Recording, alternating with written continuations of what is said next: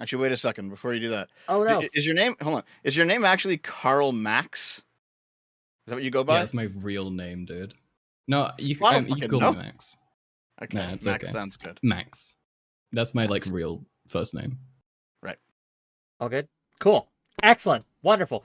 Gang, welcome, welcome, welcome, one and all, to yet another episode of WhickTV, a cross-ideological space where we come together to talk about issues both political and cultural, from the silly to the serious, and today we have a show for you.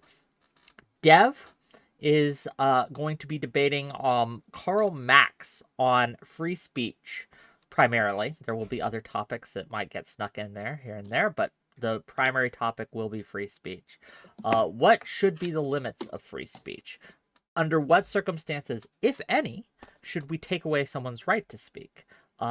These questions and more, and we'll get into it as we go. But first, I want to give a chance for my guests to introduce themselves.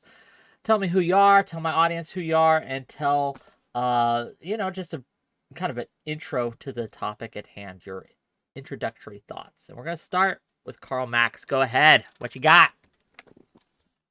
So, I think that for free speech to be protected and for freedom to be protected, generally, you need to enact some limitations on that. And we know this as well. We know it's very clear what kind of speech can lead to, actual violence outside of just that speech. What kind of thing is dangerous? We know that there's plenty of fucking possible like misinformation, that kind of thing, which would be covered by your absolute free speech stance. Which would end up, potentially harming people. And there's quite a lot of reasons. Like there's thousands and thousands of reasons why absolute free speech would actually be an awful, terrible idea. That's all. And I'm Max. I'm Karl Max. You might know from Twitter. I also stream. What's up? Well, thanks for being here. Really appreciate it. Looking forward to see how you do. Dev, please. Well, my name's Dev. The only reason I have a name like ShortFatOtaku is because I started this channel when I was much younger, doing anime content with my friends back in my hometown. It just hung on. It doesn't. I mean, I still like anime. It doesn't really describe me anymore, though. I'm still short and fat, though. That's for sure. Okay. I don't know why you're under the impression. You get taller? Sorry, no. I'm 5'7". That's just how it is. I'm just a short guy. That's it. I respect it. Don't worry. I don't know why you think I'm a free speech absolutist. When did I say that? On Twitter, we talked about this. I said, I don't know. You said something about free speech. I said that it was silly, and then you said that people should be able to Hitler salute up and down the road as if they want, as long as they're not engaging in any actionable threats. Yes, but that's not free speech absolutism.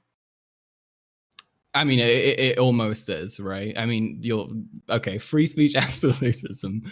Minus this one stipulation, but that's like your only one that you mentioned. So I decided to look it up. So the only time I've ever said the word absolutist on this Twitter account, I've had many Twitter accounts, but on this one, there was some lefty who was saying something about like, talk to these free speech absolutist guys and see if they'll make jokes about the January 6th protesters. And I was like, yes, I will. 𝕬𝖓 𝖬𝖏 off more than she could chew. So it's like, I decided to pull up all the tweets that you're talking about from that conversation. So, It was something about was it the 16-year-old trans girl who was she stabbed or did she kill herself? I forget the story. She was in the murdered UK. by two. She was murdered. Yeah, guys, I believe, 2 boys. Mm-hmm. Yeah. And 𝕬𝖓 was making fun of this tragic event, and I basically said, as terrible as that is, it's still edgy, dark comedy. It's not to my taste personally, but like, should they be censored for that? Should that be illegal? No, I don't think so. And then Dreamleaf, because Dreamleaf hates me, said something about it. And then I said, yes, free speech, even for people like 𝕬𝖓, continue to cry about it in your hug box. And that's kind of what kicked this off. Right. I said, shitting on a trans teen being killed, as utterly distasteful as it is still free speech. I will defend a fascist insofar as doing so aligns with liberal values, like defending their right to free speech, just as I would for any other type of politics that is also morally repugnant. This isn't a free speech absolutist stance, because I mean there are definitely actual threats obviously, because now you're going to go out and hurt someone. But yeah, if you're going to goose step up and down the road as part of your fascist protest against, the neoliberal world order or some shit, go ahead. As long as you're not hurting anybody, I'm fine with it. No, I'm not fine with it. I don't like it, but like, you know what I mean? It's free speech. Okay, Max, go ahead. Isn't it impeding on the other residents' freedom who live there and might be, Jewish or something? Like if there's somebody out there who's basically saying, "Hi, I believe in this ideology, which caused, which caused the population of like your ancestors to go down like I don't know, fucking 50% or something." Is that not like a threat in itself in a way? No, it's not. Okay. Then what do you think it implies when somebody is shown that they support Nazism? It shows that they support Nazism.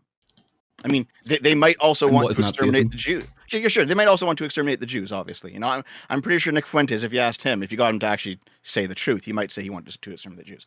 But the point is that until it gets to actual violence, no, it's still speech. Like you don't have the right to move through life, unbothered by things happening around you, especially in the public square. Mm-hmm. No. Mm-hmm. What if this sort of speech, I think, yeah, you can have speech which functions within like the marketplace of ideas, but when we come to speech like, what you hear from your average racist thread on 4chan, which basically boils down to people being like, these aren't people, they are trying to like take over, they're trying to kill us. That in itself, the like total devaluation of this group, making them like basically unable to have any real human agency, I think is more detrimental to free speech than like stopping this kind of speech actually is. Why? Why do I think that's more detrimental to free speech? Yes. Because it creates bubbles of people who cannot interact with the members of these groups. And then therefore it like ends up denigrating their value, their rights, and it removes their political power over time. I don't think that tracks. Just because one group of people might hate another group of people doesn't mean that other group, and it's only hatred, it's only speech. I don't think that disenfranchises them. It's not only speech though; it leads to more. Like when we think about when it leads to more, we can then when it leads to more, we can then take action on that. If it's just speech, it's just speech. Well, yeah, but speech is going to lead to something, right? Speech isn't just like it isn't just sounds; it's a communication. If you're communicating ideas which are going to end up being dangerous and can, like, if they get executed, they are going to cause a lot more harm than like the existence of the ideas like cause any good. Then why would you want to allow for that? Why would you want to like risk that? Because what benefit is it really bringing to allow people to say all N-words should die? You're in like the paradox of tolerance kind of thing. That's what we're talking about here, basically. Yeah, I mean, we can speak about it like that, but like for one, but mainly my thing is that I want to look out for most is avoiding radicalization, and I think this sort of speech being permitted is what like causes that. So yeah, in a way, yeah.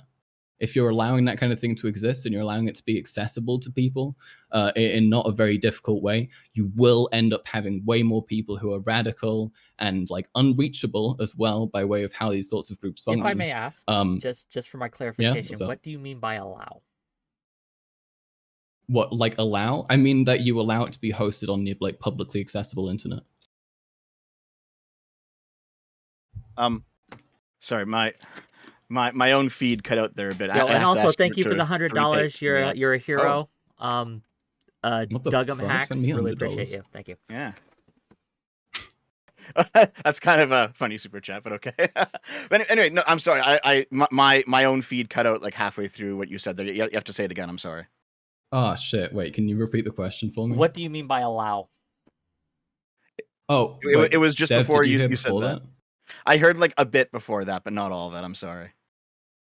Wait, what was I saying before that then? Well, I brought up Karl Popper's paradox of tolerance and asked if that's what you were talking about.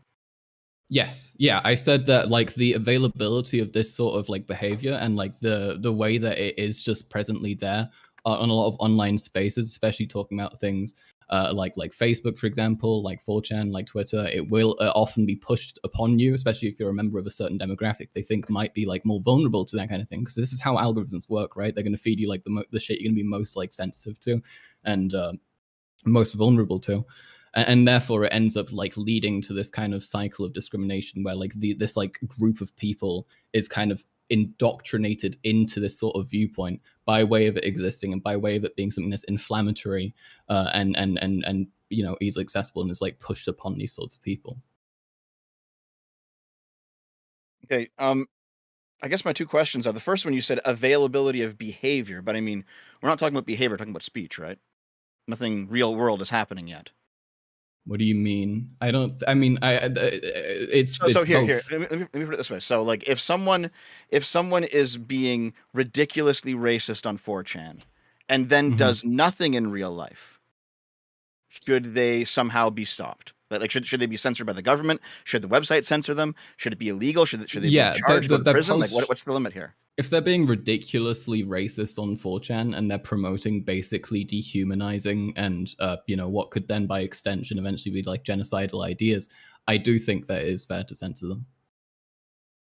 Okay, but I think they shouldn't be like punished or anything unless they have actually like caused palpable harm past just being like a shithead online. But I do think that this kind of speech should be, you know, taken down so people don't just like see it and it's not just commonplace. By the government, Okay. to be clear?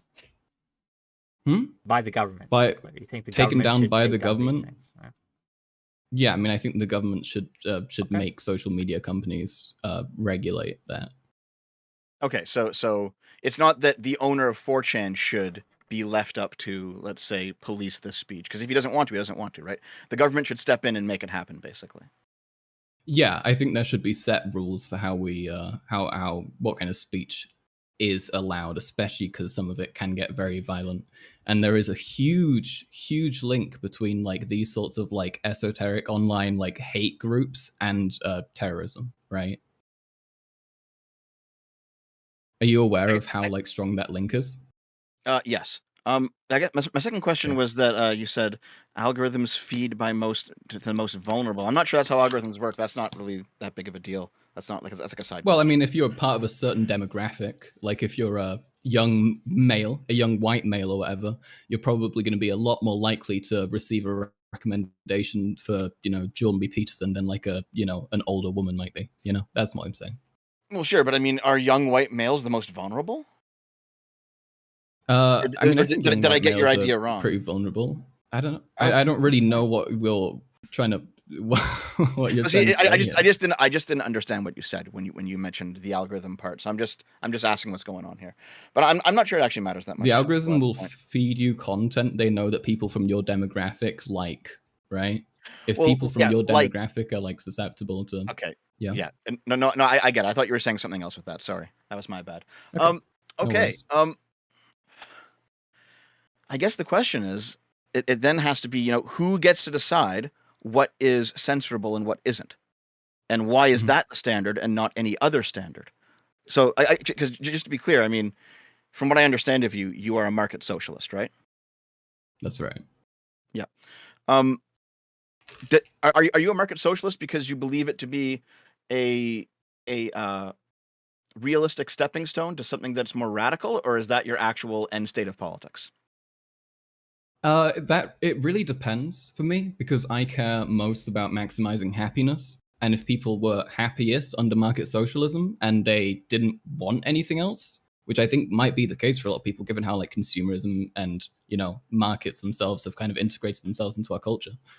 So if we went to that point and people were happy, then I would be fine with staying there. I mean, I don't really care. I just want, you know, I want to increase the greater good. Right. No, the reason I ask is because last time I spoke to Merrick, she said that she was a market socialist, but only as a way to like boil the frog on bringing in actual communism. And it's like, well, I'm not sure if that would even work, but those are two different types of I don't think most people want communism, you know? That's why I don't say I'm a communist. Like, I think most people want socialism. I think they don't know it. I don't know about that, dude. I don't know about that. No, I do. I think that's accurate. Do you think people want capitalism? Yes. Really? What about people? I mean, okay. Why do you think they want it? Because I think all of the material conditions of the proletariat can be alleviated through various Whoa. social programs. Marxist speak. Holy shit. Yes, I was a Marxist when I was your age. In fact, I'm in my 30s now, but when I was 19, What I was a young happens? Marxist. I hear this I- shit a lot. I don't know what I- happens. Is there like a brain damage I rock grew that up, goes around and basically. gets Marxist? I grew You up. grew up.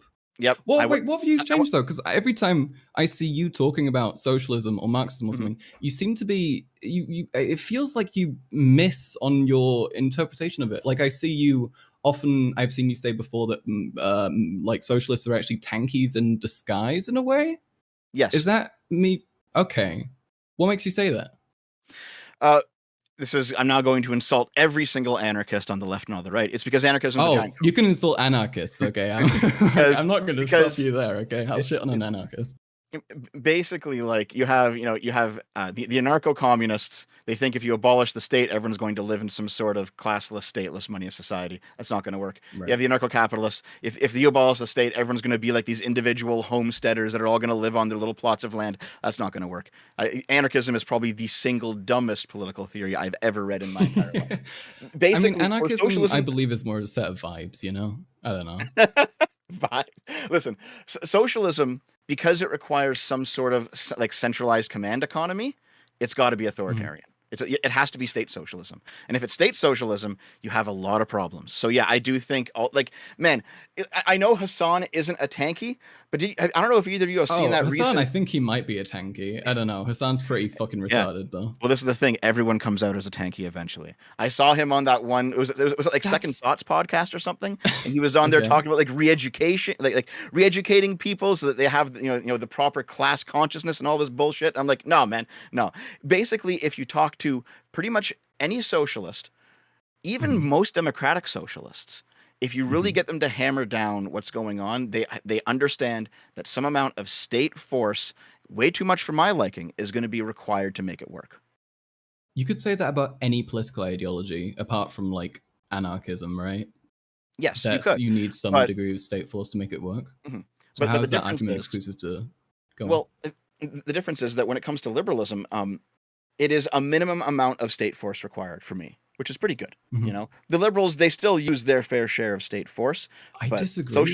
Socialism requires way more, and I think fascism requires way more as well. Just to interject here, if we want to go past free speech, we are more than welcome to, but I don't know if you want to get back on the rails or we want to continue. I'm easy down to liberalism versus non-liberalism. It's related. We can talk about whatever. Yeah, I'm okay with anything. Yeah. Amazing. Shit. Wait. God damn it! You'll have to forgive me my tiredness. It's midnight here. What point was I just making? What was I responding to? Wait, are you in the UK or? I'm in Germany. I used to live in England. I'm going to move back to England, but I live in Germany at the moment. Basically, what I said was that if we're talking about state force, well, actually, now that I realize it, I think I want to revise what I'm saying here. One is that socialism requires more state force than liberalism, and two, liberalism's use of state force is more justified morally than socialism's is. Oh, okay. Can you justify that to me? I mean, it's just going to come down to like moral intuitions, right? Like, I think that protecting private property is good. You don't. And I have a certain set of values. Why is it good though? Well, it's good because I think it's good. Wow. Do you have further reasoning? Well, that's everyone's reasoning in the end, right? Like if I were to talk to you, you would say, well, no. If I were to talk to you, you'd be like, well, it causes less harm, right? Because lefties like to use less harm as something, and then we could go down the rabbit hole of why it causes less harm. I could explain it to you.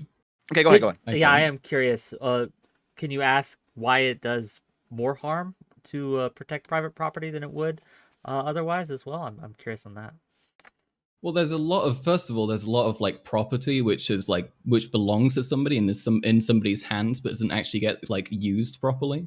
For example, if we look at like real estate investment firms that just have like fucking 1,000 houses in some city that they bought, and like the city's got like hundreds of homeless people, but they like haven't sold the houses yet because they've been jacking up the prices, and then therefore like they have to wait for some richer person to arrive. I think in that case, it's a pretty clear example of why private property would then end up being more damaging than it's actually helpful, because it's preventing people who need a thing from being able to access that thing, right? That's okay. That's one example. If that's the case, if there is private property that's not being used by its owner, what gives you the moral right to take it? I mean, is it just need? You need it, therefore you can have it? Well, it's more about what gives them the moral right to have it. Because when you were talking about people who have like vast amounts of private property, right? And you know the distinction between personal and private property, of course, I'm assuming. I know it in the Marxian sense, but I think it's a stupid idea. Well, okay. In what way do you think it's a stupid idea? I think that when it comes down to like in the real world, there is no real distinction between personal and private property. Not really. I know, like, so for example, sometimes what some Marxists will say is like, personal property is stuff that you just need it for yourself, but private property you can use to make profit off of, right? And it's like, well, I mean, that depends as well. It doesn't really work No. in the real world anymore, because you can like work out of your house and like have your own business and shit. So like it doesn't really work. That's not really the distinction that's being made, though, I don't think. Okay, what's your distinction then? Go ahead. I mean, my distinction is usually that, I mean, yeah, private property for one is a thing that you don't use, but it's also often like something that's like actually that you own, and then but it's like used by like a bunch of people who aren't like even you. Like most of the time, private property isn't actually talking about the shit that you're actively using, because that would then make it like personal property. Therefore, you can't really say, like, yeah, private property would take away all these things from these people that they're actually using, because then it would be not really private property. Okay. Well, hold on. I have two questions. I have two very different questions here, and they both go in very different directions. I don't know which one I want to ask. Do you want to just write one down and give me the first, and we can work? I think I've already forgotten one anyway, so oh well. Fair enough. It's already gone. Like the universe is decided for us. Go ahead. Yeah, I guess. So I guess that means that like, so the guy who has in his garage, 15 3D printers, and he's making all of his own goods and he sells them, he would be petty bourgeois, right? And that would be personal property that he is using to make a profit. But I think he is using those he 15. owns his own means of production, I think he might qualify as petty bourgeois. I can't recall the exact definitions there. I don't want to say something wrong. Petty bourgeois is the class of people who own the means of production for themselves, but they're not also like giga rich. Yeah. They're not just like stockholders who like own part of a company, but don't actually work in the company. Yeah. Okay, so for you, basically, ownership amounts to use then, at least morally speaking. Yeah, I think so. That's a big part of it for me. I mean, think about it, right? I mean, everyone knows that it's like really depressing to see a thing that you really want and somebody has it, but they'll never use it because they don't actually like want it or need it that badly.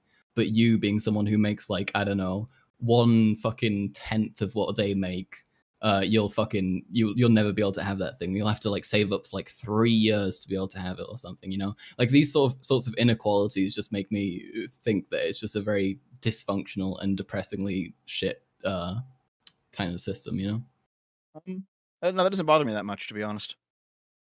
I'm not when I see somebody richer than me, it doesn't bother me. I'm usually fine with it. Really? I guess you don't feel any certain way about being told your like fucking man hours are worth like, I don't know, 1 like fucking 20th of what someone else's is? No. Why not? Well, sounds cucked. No, with respect. With respect. No, it doesn't bother me at all, because I think this is just part of the age gap thing, right? I've worked a bunch of different jobs. I've worked some shitty jobs. I've worked some nice jobs. I've worked some blue collar jobs. I've worked some white collar jobs. I've worked in academia. I've worked in a library. Worked in a school. And now I own my own company. I worked in a school. Dev, if I may ask, certainly, sure. If you were in a situation where, for example, you didn't have a car. You lived somewhere where you kind of needed a car, but you didn't have a car. Maybe your car was old and beat up and you need a new one. And then you saw some rich motherfucker who owned 20 Bugattis win or was gifted another Lamborghini. You wouldn't feel any kind of way about that? I'm not really a jealous person at heart, no. Okay. For me, the way that I view it is like, I know my own value. I know what I can do. I know. Like I'm at the point now where like hold on. Let me say it. So okay. I've racked up my fair share of wins and losses in life. All right. I know what I can I can pull off for myself, and I know that if I want a car, I'll be able to buy my own. Which, by the way, I did, based off my own labor. So like, here's the thing. Like, I know that lefties don't like the bootstraps argument. You are definitely an anti-bootstraps kind of guy. I've seen some of your streams at this point. You don't like, but like if you're giving someone like if someone comes to you and like asks for advice on what to do with his life, the you know the it's going to have to be bootstraps. Your advice has to be bootstraps Okay, because wait, can I social hit you systems with aren't a- changing. Okay. They aren't changing. Not right now anyway. And also, it wouldn't even be good if they did. Max, That feels defeatist. go ahead. Anyway, however, let me give you a better example then. Let's not talk about you, given that your hubris outmatches capitalism. Let's imagine that you are back to working in a school. I don't know what kind of school you worked in. Let's pretend it's with younger kids, right? And you see them. It's like the end of Christmas holidays, and they've all come back. And then you have like all the kids talking around the classroom, and then you have the one kid who got like one thing because his parents are too poor. And he couldn't get more. And then he's got like his friend who's like wealthy, and he got like fucking 4 times the presents that kid does over like 10 years or something, you know? Wouldn't that inequality and that like sadness that child would experience, wouldn't that make you feel sad? And wouldn't that make you kind of, you know, question the functionality of the system if this like small child is suffering by no fault of their own? Well, of course, but I think that those conditions can be ameliorated, to use Vosh's term, his favorite word, through basically just through like welfare capitalism, through social programs. I don't think we need socialism to do it. And in fact, okay. I don't think socialism would actually achieve it, frankly, as well. Why do you not think socialism would achieve it? Well, that's a rabbit hole, which I'm happy to go down. But I wrote down a question that I actually want to ask you before we go down that rabbit hole. And So, also, why- before you ask the question, I'm curious why you think it would, Max. But ask the question, then we can go down that rabbit hole. Go ahead. Oh, okay, sure. Well, how come you think that the bootstraps mentality is defeatist? The bootstraps mentality. Oh, well, you said that the systems aren't going to change, and therefore you should be telling people to bootstraps if they ask you for advice. If I was listening correctly. Yeah, I think that's correct. Yes. Okay. Well, yeah, I feel like that's defeatist because you're saying the system as it is now is unchanging and unfixable, and therefore there's not really any point in, you know, trying to here. do anything else. Let me explain, right? Like here let me put it this way. Let's say you know, a young 18, Jesus Christ, you're 19. That's right. This won't work for you. Okay. I'm nearly 20. Here, Getting pretend you're in your 30s, all right? Imagine, you know, a guy who just came of age comes up to you and he's like, "Man, I don't know what to do. Like I got to figure some things out. It's going to be hard. Like what do I do?" You could tell him, "Well, you know, go to school, work hard, get a decent job, you know, advice that you could actually do yourself. Or become a professional activist, change all of society around you." Like, what advice are you going to give him? Obviously, the more realistic advice in the short term is work on yourself. I mean, yeah. I mean, you can give both, but I mean, this the notion of that kind of thing of like encouraging positive like labor and stuff like that. It's not like that goes missing under socialism. It just means that you don't have like your entire like comfort and existence balancing on the like how well that pans out for you, you know? So I guess then when it comes to socialism, yeah, I don't think that socialism will. Here, you know what? I don't want you to have to defend all of socialism because you're a market socialist and you're not sure if you'd go past that. So that would be unfair. I don't think that even market socialism would work out in doing this kind of stuff better than welfare capitalism. I mean, I don't really see how the mechanisms would be that different when it comes to poor people if they're getting the stuff they need anyway. I mean, it would be a form of welfare at that point, right? I think the main difference, if we're talking about like that kind of progressivism versus like socialism, it would be more the difference at the top versus at the bottom, like how many like giga rich people you have, not just like if you have poor people still. I'm not sure about that. I don't know. I mean, okay, just so I understand what we're talking about. Market socialism, that is when you have not yet abolished the commodity form, but the means of production is owned by the workers collectively. You try and abolish the commodity forms that can be abolished, and you kind of like work at it, but you don't totally get rid of it. Yeah. Yeah. So basically, if you have a company where 10 people are working, you all own 10% of the company rather than there being one owner and 9 workers. I mean, it depends on the distribution of labor. Let's not say that every single worker will be receiving exactly the same if they're not working the same amount. And if there is labor that takes more effort, I think you can have a difference in pay, but not like a huge one. It should Well, be not pay, but ownership, right? I mean, sure, you can see that Okay, pay model I as a am version of that. okay. We are kind of dancing around a lot of things. Let me try, if I may. Karl Sure. Marx, right? Why do you think that market socialism is better than capitalism? Why, and be concise if you can. Why do you advocate for that rather than what Dev advocates for, which is welfare within the capitalist system? Because I Why think is that? socialism is democratic. I think that capitalism is in itself, it's unequal. It promotes a world which isn't democratic. I think we can see that as well, right? We can see how like the most rich companies have way disproportionate influence, and how hundreds of thousands or even millions of poor people can barely change a thing if they don't have the funds to do it.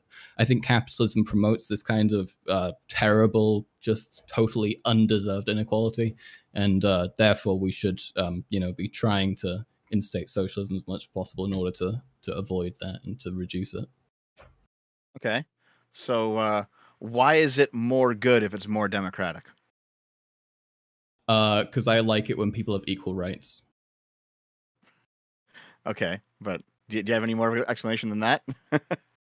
Isn't that a good answer? Do you not think? No, it's not. How so? Because So when do it you comes not to think they have democracy, unequal? Okay.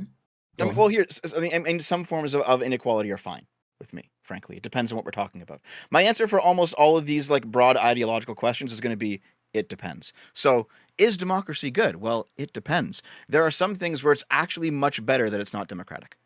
Should the entire world have a Okay. vote on whether or not I can fuck another man?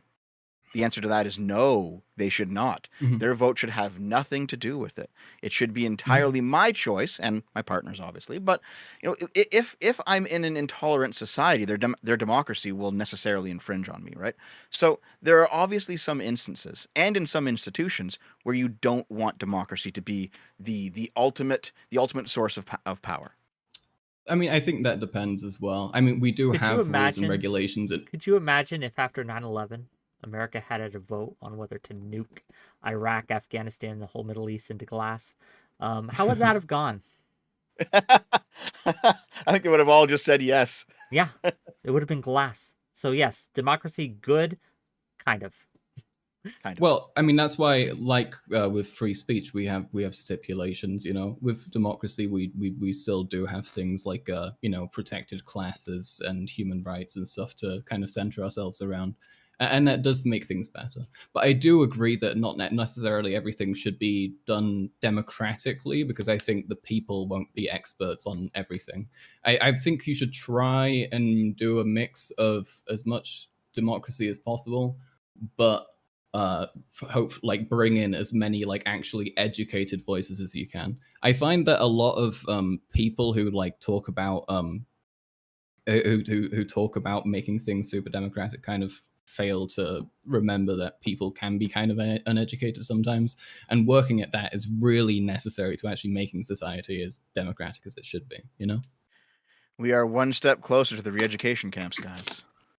To Hassan's re-education camps. I'm gonna gulag you. Yeah. That's So what you get for being mean on Twitter. Twitter's too much fun, dude. It's awesome. What's Okay. with the anger, man? You sound so angry on Twitter. Oh no, I'm actually never angry. Usually I'm traveling and bored. That's all Twitter is. Is I'm fucking around. I don't know, because like the vibes I got from your videos versus like how we interacted, this gave me whiplash, dude. Oh, what videos did you watch? I watched a fair few. I went back. I did my research. I like to figure out who I'm arguing with. I saw your debate on authoritarianism, where you posited that same argument that some things shouldn't be left up to everybody. Was that the Adam and Sitch show with Sargon? I think it might have been. Oh no, I would have remembered if it was Sargon. Oh yeah, it was the four of us. I want to talk about Sargon, but I feel like we should probably talk about other stuff as well. Well, we can if you want. I mean, I don't agree with him, but he's my friend. Yeah. Okay. Even though we have like, What? What? Mhm. What's up? No, you go first. I'm curious. Oh, basically, just even though we have political disagreements, I don't throw people under the bus for them. You know, like we've been friends now for like 8 or 9 years, and he's drifted more right wing than me for sure. But I'm okay with it. Is You there know? if I may ask on that note, is there a Hmm? point where you would be like, okay, what you're advocating for, or what you're saying is so far beyond the pale that we just cannot be friends anymore? It's going to be the same line with speech if it's violent. Okay. If they Fair- actually fair- commit fair violence, enough. then no. But if they have very strange, wacky ideologies on the fringes of either direction, no, I'm fine with it. Wait a minute. Let me see. So if he wanted all streamers to be camped, he hadn't put any streamers in a camp, but he was like, you know what? I want all streamers to be gulagged. I want them to be in the camps. I'm going to advocate for this, and I'm going to try to pass laws that make this happen. You'd be okay with that? Well, me isolating myself from him would not actually make that situation any better. If I can still talk to him, maybe I can talk him out of it. Do you think it was right that he got his channel demonetized? Does he even have his channel anymore? I haven't kept up. Oh, well, he still has the original Sargon channel, but he barely posts there. He started a news outlet. Oh He- no. He runs a it's like a right-wing think tank now in the UK. There's like a daily No podcast. way. There's a bunch Yeah, of they shocking. have like actually, you know what? Give me just a second. I'm curious about that though. I would probably watch that. Wait, do you It's think you could called- it's ever hook called me the up to Lotus argue Siege. with him? No, I definitely cannot. Aw, that's sad. It's worth a shot. Worth a shot. I'm slowly trying to convince him to talk to like not so erudite, who is much think I've more seen them. reasonable and in the center about things. And I'm gonna work him up to that first. But hold Wait, on did you answer my question about if he What should was have the been question? taken off YouTube? You said demonetized, right? I don't think he should have. No, Yeah. You Oh, don't but think here. he should have? no, I don't think so. I don't remember exactly why, but I don't think so. I'm I gonna. mean, I can send read this- out some quotes if you want. You can. uh, You can if you like. But let me just send this to both of you. Okay. Okay. Where are you putting it? Okay. Just as Can I I'm look at this DMing. on stream? What is this? Yeah, you can look at it on the stream. It's basically what Sargon's doing now. So, like, people are Okay. saying, so like he does like Like book a reviews club, it looks now. like, yeah. Book club. He does like history videos. He's doing discussions on philosophy, and then he has his this is a critical race theory series that he did. Basically, he's doing like right wing think tank stuff. He has like a dozen employees, daily podcast. Mhm. He puts out a ton of content, and he's actually very, very successful. He's just abandoned the Sargon name at this point. He's built up That's a whole interesting. company, and Hmm. people think he like disappeared, but no, he's still around. It's just called the Lotus Eaters. That's how it seems to go with most of these, what I'm going to call grifter types. They There's always no seem to way pop up Sargon's a somewhere else. grifter. There's no way Sargon's Wait, you don't think Sargon's a grifter? What do you think absolutely he is? not. What do you think a Hold on. grifter is? Yeah. I don't know. To me, a grifter is somebody who regularly like purport fucking viewpoints that they know that will get their audience engaged and like concerned. And I think a lot of right-wing figures who tend to be, you know, very alarmist, very dramatic, especially white supremacists like Sargon. But there has to be who will- another you- step in Sargon there. is not a white supremacist. Look, dude. there Come has on. to be another Sargon step isn't in a there. white It's not supremacist? grifting. Just real No. quick. Wait, No, you want it's me not- to stop, you want me to please, read please, this out is to you? important. This is important though. Wait. It's not grifting Okay, wait. Real if quick. someone is actively getting their audience engaged and actually believes in what they're saying, right? That's what Oh, leftists do all wait, the did time, I- is it not? Yeah.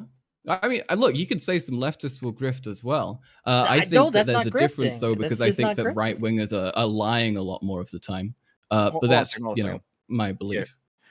So grifter means I a can- person who here. Let me just say this: a person who engages in petty or small-scale swindling.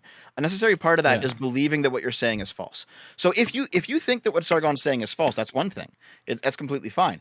But if Sargon believes what he's saying, and he's putting his ideas out there, even if you disagree, it's not grifting because he's not lying. He genuinely believes. Oh, it. I do not know if I don't know if I believe that. But I also know that you can't look in his head and I can't look in his head, and I probably won't believe you. But let me tell you why I think he's a white supremacist. Okay. Okay, go ahead. Let me read this out to you. Sure, This is, sure.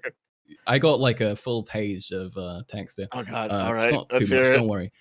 In 2 videos, one of which has been recently deleted by YouTube, Benjamin repeatedly used the N-word. He said a YouTuber and the alt-right were, quote, can I say slurs on here? Wait a minute. We are on Twitch, so no, do not. Okay. He said people on the alt-right were F slurs, the gay one, and acting like N-words with the hard R in showing him disrespect because white people are supposed to be polite. He said that Jewish people need to drop identity politics. He said, I'm sorry about the Holocaust, but I don't give a shit. Okay, so yeah, no, that all sounds pretty fucking base to me. Fuck yeah. Yeah, you wanna be yes. Okay, so anti-caring about the Holocaust? I recall that stream because I watched it. This was like 6 or 7 years ago. I was there in that audience. Okay. What I remember, first of all, I don't care about the F slur. All right, I'm cool with it. As somebody who sucks dick, you can say it as much. I give you all passes. Every single person listening. In that Go case, ahead. obviously, but it depends, Is that the right? key if you hear a straight person unlocking that slur, you have to suck a dick, and then you can say it. Okay. Look, I only was able it to didn't work for say Destiny. It didn't work for Destiny, though. It didn't work for Destiny. He still got banned. but no, here's the thing. When Sargon was when it comes to the big one, all right, the hard R, all right. Well, he didn't actually. What he actually said was white N-words specifically. That's a different quote. Oh, really? So he was probably paraphrasing it then, because what was going on is there was a bunch of Nick Fuentes followers. Wait, how does that justify it? Well, hold on, I'm going to explain. Okay. So there was a bunch of Nick Fuentes followers in the chat, and he was debating somebody who was actually part of what was used to be called the alt-right. Doesn't really exist anymore, but the alt-right. And he was debating somebody there, and the person went up to go get a drink or something, and then he was yelling at their chat room, and he said the best way, this was his logic, the best way to do it was to insult them using their own framework. So they hate black people, they hate N-words, he was going to call them white N-words. And he said, listen, by your own measurements, you should be acting better than this. You're all acting ridiculous. That was basically what he was saying. And you know what? I'm okay with that. I am fine with like a Vosh style drop some slurs. If it were just a tactical N-word, which were truly just tactical, perhaps I'd let it slip. I'm a Vorshite after all. However, there are like a multitude of fucking clips where he's clearly just being racist. Like I understand you don't want to be like, yeah, my friend who I'm like, my guy who I'm friends with is like blatantly racist, but he is. Like, come on. I mean, I can read you more examples, but why not just admit that he's racist? So you said white supremacists specifically. I don't care about racial humor. I don't even care about the use of slurs. Remember, the original conversation is free speech. You know what? Use every single slur you like. If you don't have hate in your heart, I don't care. Use them all. Use them every single day of your life. Use them in every single conversation. Do it. I mean, yeah, I don't care about like contextless slurs which aren't actually used to like fucking attack someone, right? Or to like harass them. I don't care about that. If somebody says the N-word while like listening to NWA, I do not give a shit. It's fine. I just care if it's like used to actively like fucking justify things like racist hate crimes, which like the internet has become more and more kind of responsible for in a way, with like over like almost 90% of fucking terrorists being people who spawned off the internet. Yeah, the whole sub to PewDiePie shit. I remember all the memes and all the things that used to be a few years ago. Hold on, I'm just stretching. Yeah, you're a Gamergate era person, aren't you? Yeah, actually from before that, but yeah. Do you think you've changed your views much since then? No. I'm curious. Absolutely not. Nope. What did you do? You like bitched about feminists and that kind of thing? Like the usual Gamergate shit? So my big contribution to Gamergate was, do you remember Phil Fish? No, I'm sorry. I was like 13 during Gamergate. Yeah. I don't remember too much from those like Smosh and that kind of shit. Yeah. The game Fez, maybe? On the Xbox 360? The one that like I think I rotated. I think. Yeah.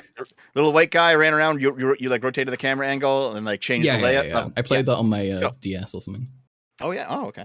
So basically back during Gamergate, during the heights of it, his company got hacked and all of his financial documents were put out there. Okay.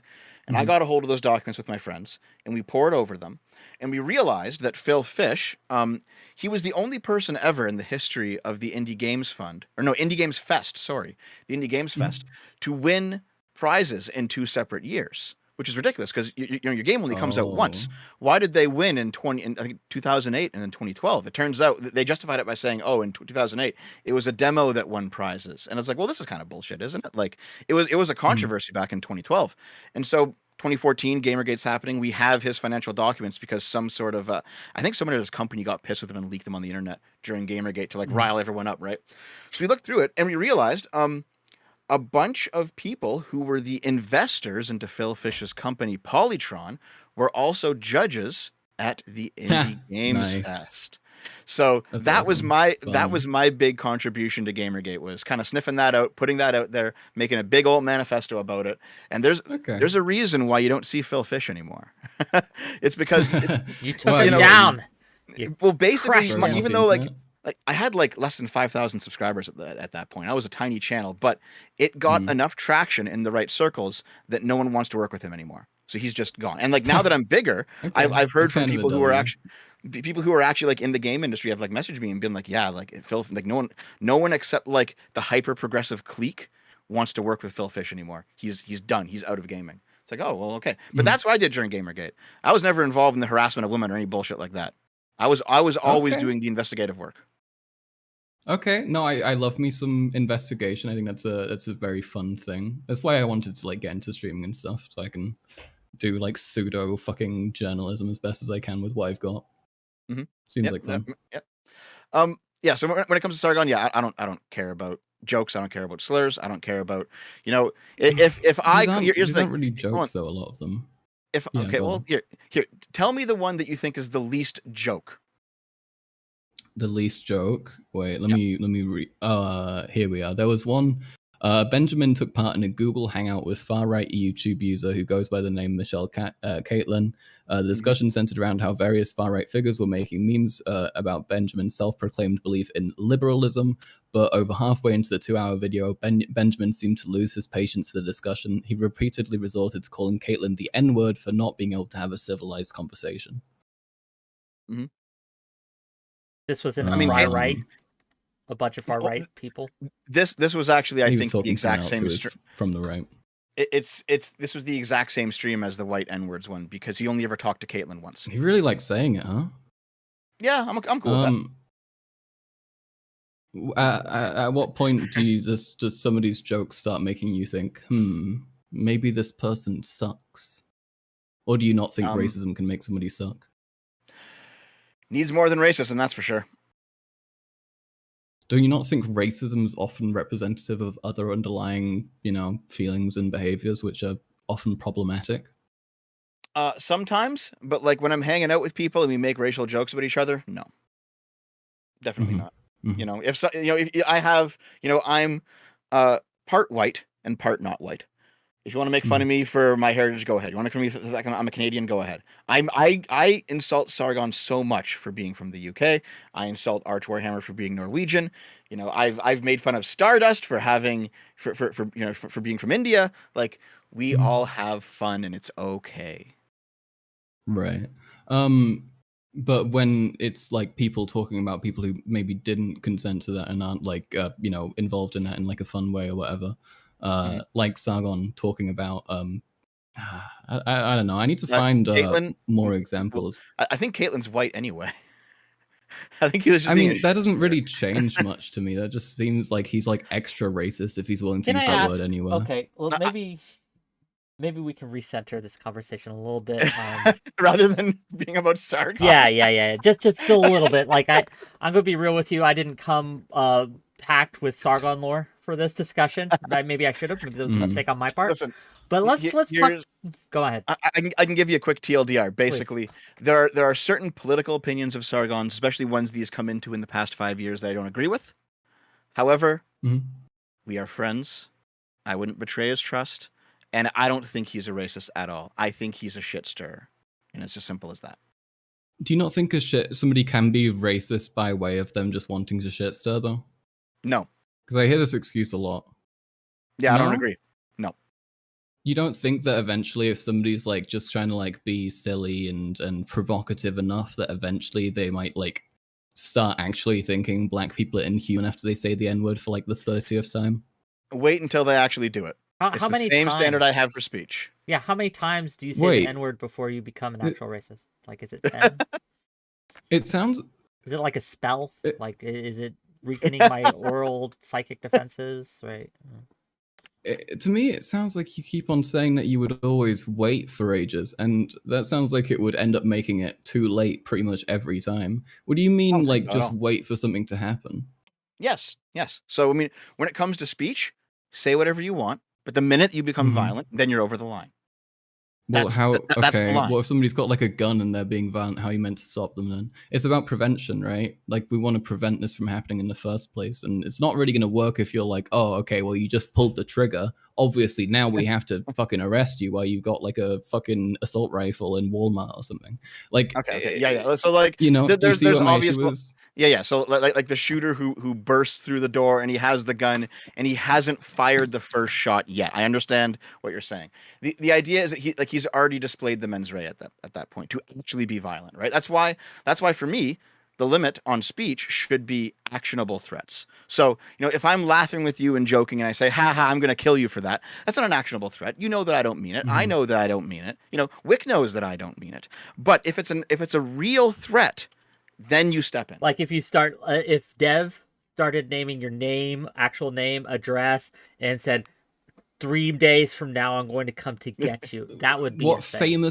what criminals famously do is they announce their crimes and all the bad shit they're gonna do like 5-10 minutes before they do it every time. I mean, obviously this is silly, right? Like people aren't gonna say when they're gonna do something bad. Plenty of people will be very cryptic. I mean, I'm sure you're not unfamiliar with crypto fascism. People love to be, kind of indirect about their beliefs. I mean, we have God, which genocide was it? The genocide of Rohingya, I think it was. Which where basically Facebook promoted a bunch of posts leading up to the genocide, condemning the group of people who were murdered, and portraying them as like inhuman and that kind of thing. And it often wasn't them being like, I am going to kill these people in the next like 100 days or something. It was them being like, these people are not part of our country. It's them, saying all of the like classic lines that I'm sure you've heard a million times from a million different races that you're friends with. Like you hear these like, or like portraying them as invaders, that kind of thing. Like there's very specific types of speech which like have the very clear express goal of dehumanizing and removing the aspect that allows you to actually feel compassion for those people. And I think that's when speech becomes violent, when it like has like that clear intention, Sure. So, like, eat the and rich, kill the landlords, stuff like that.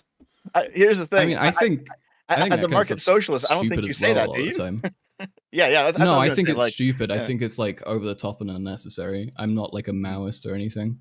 Yeah, yeah, yeah. I mean, I think Marx said like when our time comes, we will not apologize for the terror, right? And that was Ah, Marx. yeah, I saw you post that. Marx said a billion things. Okay, Marx also became like way more fucking reformist later on and so on. So Most I don't people know. do, I'm not gonna. just like I did, Well, just yeah, like I grew up when I I was left a 19. fucking.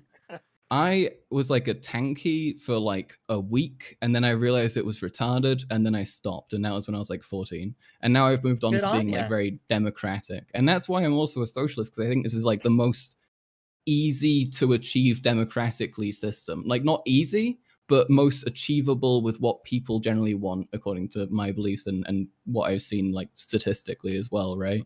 Like we see every next generation is more supportive of socialism. They're more supportive of these like rules and legislations that would make life a lot easier and a lot less kind of Well, demanding of constant labor and all that. So well, I mean, I think upcoming generations are more in they're more in support of what we could properly call social democracy, right? Or like no, social I mean this is liberalism, right? If we're talking actual socialism, the workers own the means of production, some form of it, market or otherwise. If you actually told people what that entailed, I don't think that they would like it. What do you think it entails? What do you think? What do you think you'd tell them that most people wouldn't like? Well, I mean, if we're talking, or well, hold on, are we talking socialism or market socialism? Let's talk market socialism, Okay. democratic market socialism. Yeah. So the idea that the workers collectively own the means of production rather than there being an owner class and a worker class. Yeah. I Hmm. think it would. I just think if you explain to them like how it functions, they'd realize it doesn't function. Right. There are just some problems that become insurmountable if you're actually working on, like, actually putting it into practice. But Like, I'll there are answer like if you want. there are like examples of cooperatives and ways of revenue splitting and that kind of thing. Like Oh, this, it's sure. I not mean, like I mean, it's I know never Mondragon. been Yeah. But right. this exists It's under not like it's never capitalism right been. now, correct? Yeah, but there are plenty Yeah. of features in capitalism that could exist in socialism as well. Like, I mean, but Okay. it's the point is, I mean, we're in a mixed economy, right? We're Sure. not in like a purely capitalist system or a purely socialist system. So yeah, you're gonna have some things Fair like enough. some worker co-ops or whatever. Sure. But I guess the issue is like when you say market socialism, what that Mhm. implies, maybe I'm wrong, what that implies is that all businesses have to be worker co-ops. Because you're right. Right now, you can make worker co-ops and just go work in them if that's what you want. You can have private owners and you can have group owners and you can do whatever you want. You can just mix it up. But Mhm. market socialism seems to imply that everything must be a worker co-op. I mean, you have to have like worker democracy. Yeah, I think that would probably be a good thing. I Okay, mean, given the in fact that go on. well, here, let me put it this way. So just to be more clear, in your ideal world, there'd be some sort Mhm. of government, some sort of law that basically made it illegal to have a privately owned firm. Every firm would have to be worker co-op.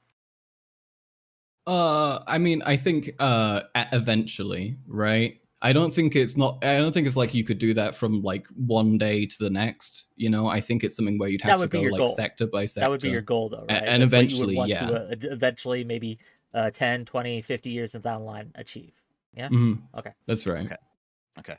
I don't think that works. I don't think you can have a fully worker co-op system. I don't think that will be functional. Hmm. Can't get I Dev. don't You know. keep saying, hold Hard to on, say. Dev. I want to ask Dev a It's a question very because Dev keeps speculative saying, thing. yeah, Dev Sure. keeps saying, I don't think that works, right? And that's fine, Mhm. but I want to know why you think that wouldn't work. Like, can you give us some reasons why Sure. a Sure. Okay. fully Yeah. co-op system just wouldn't work? Okay. So one is that I think it would basically kill the transitional job market. All right. So let's say that you move to a new city to go to university and you need some part-time work. You're going to go work in a grocery store or something, right? Right now you can Hmm. just get a job, get paid, punch in, punch out, keep your head down, and then in 6 months you move on, right? You don't have to worry about any sort of workplace politics. You don't have to get more involved than you want. You can simply, yeah, in a Marxian sense, you're being exploited because there's surplus value that you're losing, but also it's Hmm. very easy to get in and out of that kind of job, right? If you have, That's not say, necessarily true. You have like work contract stuff. I don't understand the difference between this and. okay, Yeah, I mean, I like. just I guess I'm also failing to understand why transient workers would be disallowed under a co-op system. It could be discouraged, perhaps, right? It might be a little harder, but I don't think that would entirely go away. well, one of the important parts of transient work is it's very easy to get the job and it's very easy to quit the job. And in a purely market socialist system, it becomes very hard to get and I quit don't know. jobs. I know I, it does, and I'll explain why, right? So if you let's say that you I don't think it's uh, really easy to Well, you got get let jobs him now, explain why. though. Let him But explain why. okay, I'm hold on, sure. curious. hold I on. want to hear why, and then you can counter it because I'm curious why you don't think So it's like. let's say that you and your 9 friends found a business, right? Let's say you're Hmm. all working equally, just for hypothetical sake. All right. So you found your business. You each pay in $100 to found the business. It costs 1,000 to get all your tools and equipment and anything else you need. So you and your 10 friends are working, and then you decide you want to quit that business. All right. Hmm. Well, now. Now, assume that your friends want to replace you with a new owner. Now you have to find somebody that you can sell your $100 share to, right? And that's kind of Well, no, that's it'd the just problem. be. Wouldn't that just go to the like larger distribution that they would have among the people? Wouldn't it then just So, be well, distributed among like ninths instead of tenths? yeah, but like okay, well then those other 9 people have to buy out your $100 share. they have to give you the $100 for quitting because you put it in. Like that's your investment in the business, right? When you cash out of the business, you have to sell your share. That's what being an owner means, is that you own part of the business so you can sell it. But if being an owner and being a worker are tied together, then quitting the job means cashing out and selling your share to someone, but also joining the firm means buying in. So let's say you have your business worth $1,000, right? And you have 9 people who all own 1/9 of the business, and you're going to hire person number 10. Person number 10 has to come in. It's like, well, shit, I got to buy 10% of this business. It's worth $1,000. I got to pay $100 just to get the job. I don't think that's how it would work. I don't think that would be efficient. I don't think anybody would stick to that. And that's why market socialism doesn't work. Well, no, let's give Max. Max, why is that a fallacy? Why, in your opinion, would that not come into pass? How do you envision your co-op system, market socialist system working that avoids this obstacle? Go. Well, I don't really see where the well, you have the investment, right? And then people are continuously earning the money as they go along. I don't see where this other money is really coming. What happens into when someone wants to quit? I mean, they quit. I mean, what do you mean? They stop like working there? They get their final paycheck, and then the revenue, The investment that they have is just lost. So a person put in $1,000 to the company to buy the share. It's just lost. They just forfeit it in your world. I don't know. I haven't thought about how like investments work, but most jobs don't function by like you founding a company, right? Like that's a pretty specific situation, which isn't really applicable to most. Situation, is it not? Yes, most companies don't work like that currently, but in a co-op situation, that's part of the deal, is it not? Am I misunderstanding? It's very possible I am. But as I understood, like the workers get together, they own the means of production, which means that they also invest into the means of productions as well. Am I mistaken on that? I could be. I'm not an expert. I think that depends. I'm not sure. I'm not sure exactly. I mean, it depends on the model and the approach. I mean, I don't know for sure though. I can't say. So, it depends. So for me, I mean, like I said, I've worked a whole bunch of different jobs, right? I have founded my own business, and to do so, it does take money, right? You have to buy all the equipment and buy your tools. If you need an office space, you got to buy an office. Like if you like, there's a whole bunch of expenses that go into creating a business. Once you've created the business, it might go up or down in value based on its productive output. But 5 years down the road, if you want to sell that business to somebody else, they have to now pay for what the business is worth. Right? So if everyone co-owns businesses, that means that everyone has to be paying in and paying out their liquidity of the business. Mm-hmm. Okay. So it just seems like so if I want to go get a grocery store job right now, I can go down to the grocery store, drop in my resume, I get hired, I get a paycheck. Now I don't get my surplus value in a Marxian sense, but I get an easy job and I can quit whenever I want, right? However, if the grocery store were a worker co-op, now I have to go down to the grocery store and be like, okay, well, we're hiring a new person, so that means you have to have some sort of co-ownership, which means you have to buy some sort of like stock in the company, because stock is ownership, right? So now I have to work it and own it at the same time. I have to not only get a job, but also have the money, but also have to have the money to buy the share in the company so I can actually work it. Mm-hmm. And then when I want to quit, I have to find somebody else to buy my share and take my share off my hands, because otherwise I'll be an owner but not a worker. If I quit, but I still own the stock in the company, I'll be an owner, but not a worker. So once you link these two concepts together, like ownership and working, you have a lot of problems with investment that just don't seem to work in reality. But like that's not necessarily true though. You're not buying into like co-ops. That's not how it works. There are plenty of worker co-ops with like a bunch of employees and workers, and you aren't having people like have to pay to fund the company every time. That's maybe something you have like at the start of it, because you need to, help like collectively actually get the shit you need to start a company. But to act like every time somebody joins a co-op, they have to pay a massive fee of investment, that's just not accurate, and that's not how things work. Well, if that's the case, if let's say your ideal society is one in which you have worker co-ops that exist and you can just join them and then quit them, and there's no actual buying and selling of stock in the company involved. If that's the case, why would anyone ever found a business? Because if they can't even sell the business that they've invested in, why would they ever do it? Why would I ever put $100,000 to found a new business if I know that once I hire a bunch of people to join it, I lose my $100,000? Why would I ever do that? You wouldn't be losing your $100,000. You'd still be making a solid amount of money if you had a good business. You just wouldn't be making like massive excesses compared to other people. Are you No, saying like if here, you let me put this quit? here. Let me put it this way. I want to found a business, and I want my business to be the construction of skateboards. Okay, Mhm. so I spend $1 million to get a skateboard factory, and I'm like, okay, here's my business. It's my $1 million that I've worked hard for to save up my entire life, and I buy my skateboard factory, or I build it or whatever, right?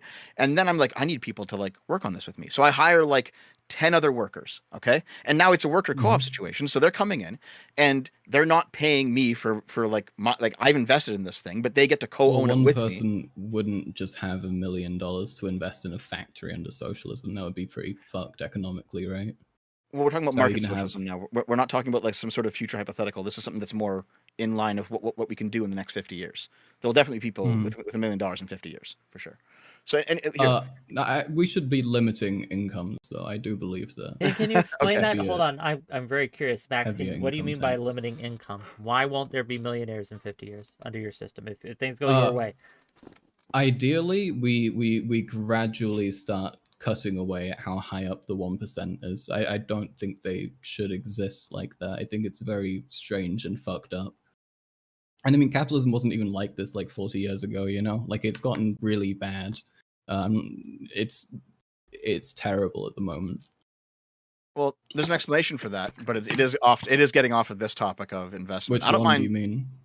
Well, Oh, like for why corporate why raiders and why stuff, the or one what? percent has why the 1% has way more wealth than they used to. It Oh, makes sense if you look at the math. It actually makes a lot of sense. what are you referring to exactly? Like what? Like Uh, expansion of? of the 1%, yes, of their wealth. It actually makes sense if Mhm. you look at the math behind it. What So math specifically? okay, so What, just like the exponential increase of capital that if you have more money, you yes, can invest more and get more? Yeah, I mean, it's obviously, not that's just like the that, but flaw, right? That's the issue. that's part of it, but it's not all of it. Wait, hold on, Dev. It's Do you not think oh, that come on. the expanding income gap is an issue? Right, the wealth gap is actually a Um, problem. I do think that it can be an issue, but I don't think it's the main issue. I think it's a symptom of something else. I don't think solving the wealth gap will actually fix anything long term. I think it is a symptom of a deeper problem, What do you think is a and symptom of? I don't know yet. I'm still figuring that out. But the more that I've Why did looked you stop into, being a socialist? Were you just confused? What are you talking nope, about? I kept reading. What did you read? Uh, Was it Mein well, Kampf? I saw that in your book. you saw that copy of it, man. Everyone's so mad about it. It was like, listen, when you buy a copy of Mein Kampf, the proceeds go to a Jewish Look, charity. if I weren't in Germany, I would probably have a copy of Mein Kampf as well. Yeah, it's I illegal don't over know. there, isn't It it? is interesting. I don't know. I think Are figuring you? out like I these guess that terrible, insane people is kind of cool. I'm desperate to bring this back a little on free speech for a moment. Like, do you think it's Okay. okay that the German government will tell you what books you can and cannot buy? Do you think that's okay? Right? What I mean, That's bad it's in my like opinion. that's bad. I mean, it's Yeah. like one book, and the book sucks. I don't really care that much. It's more like the effect the book has on the comfort of like a lot of citizens. That's more like the deal, you know. Um, like the So because existence of someone comes into something. my house and I have Mein Kampf on the shelf and it makes them uncomfortable, I should not be able to have Mein Kampf on my shelf. Oh, well, no, but nobody's going to be arresting you for having something like in your house, you know? It's like if you like take it out and you're being like, everyone, wow, this book is really good, then like, you know, maybe you'll get a I don't know the reaction. But German laws, so maybe. I mean, these are laws that exist, but they're very honorary, you know? Like most of the time they won't be like followed through on. I've seen Nazi Okay. stuff in public before without people getting arrested. Um, I think maybe they should crack down on it more sometimes with certain people. No. No, you don't think the Nazi fucking protesters who are shouting that like Jews need to be killed should get arrested or something? No. Doesn't that go a little close to the sun even for you? Unless there's actually an actionable threat, no. Oh my god, you're so cucked. What the fuck? What do you Free what do speech, you dude. free speech. Yes. Listen. Here. What do you think my political alignment is? Your political alignment is like centrist, but you're very permissive of people. But generally, you're like a very, very overzealous lib who's tolerant of a bit too much, in my opinion. Listen. I am what is known as a liberal supremacist. All right. We are the best ideology. I knew you were a supremacist. And we will conquer the world eventually. Okay. Terrifying. But no, free speech. Yes. All right. Free expression, free association. Yes. All of these things. Can I maybe Max? What's up? What is, in your opinion, the biggest danger for allowing people to, for Nazis to march in the street, or something extreme? The biggest danger. What's the biggest danger? What do you think?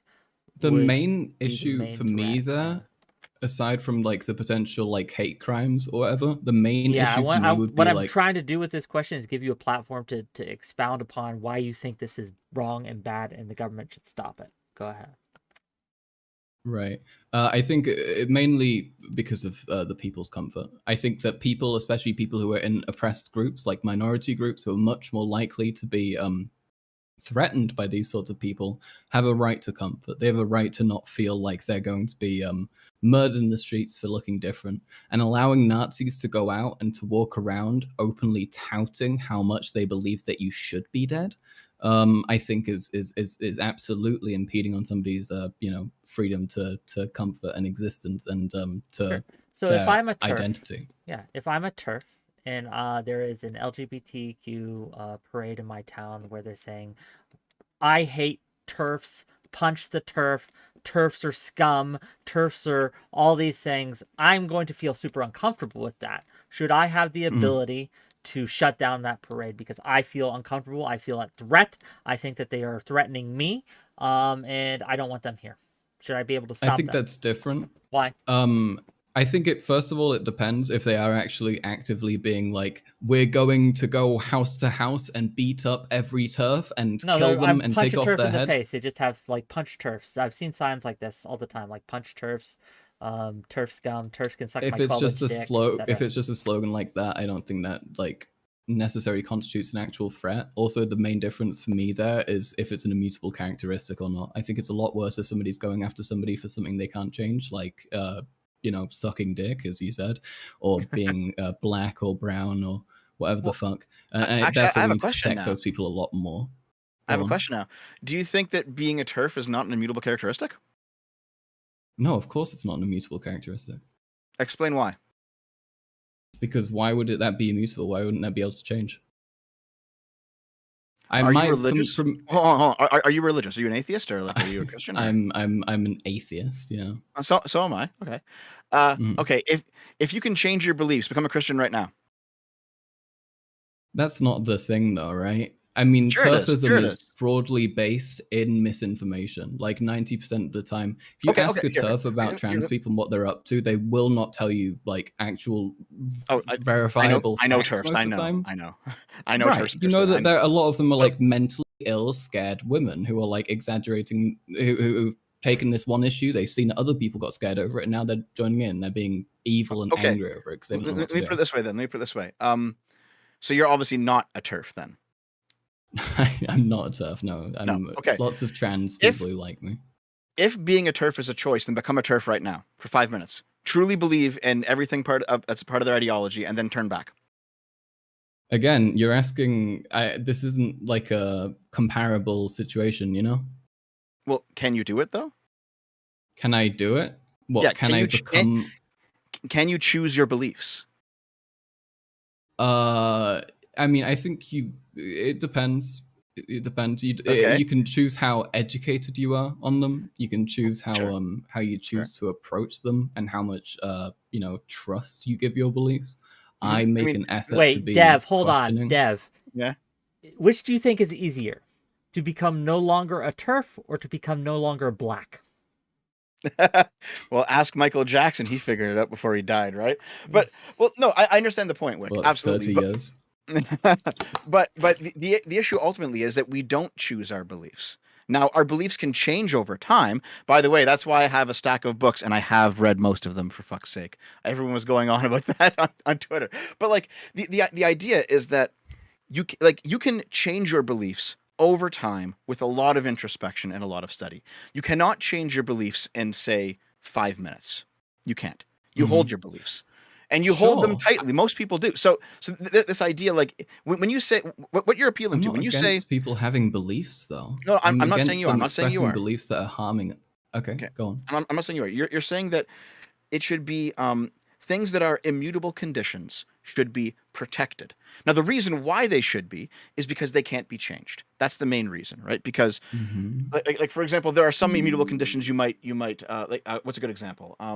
Typhoid Mary is a good example. All right, it was an immutable condition of her biology that she was spreading typhoid fever around, and she was oppressed by the state for it because it was like necessary to do, right?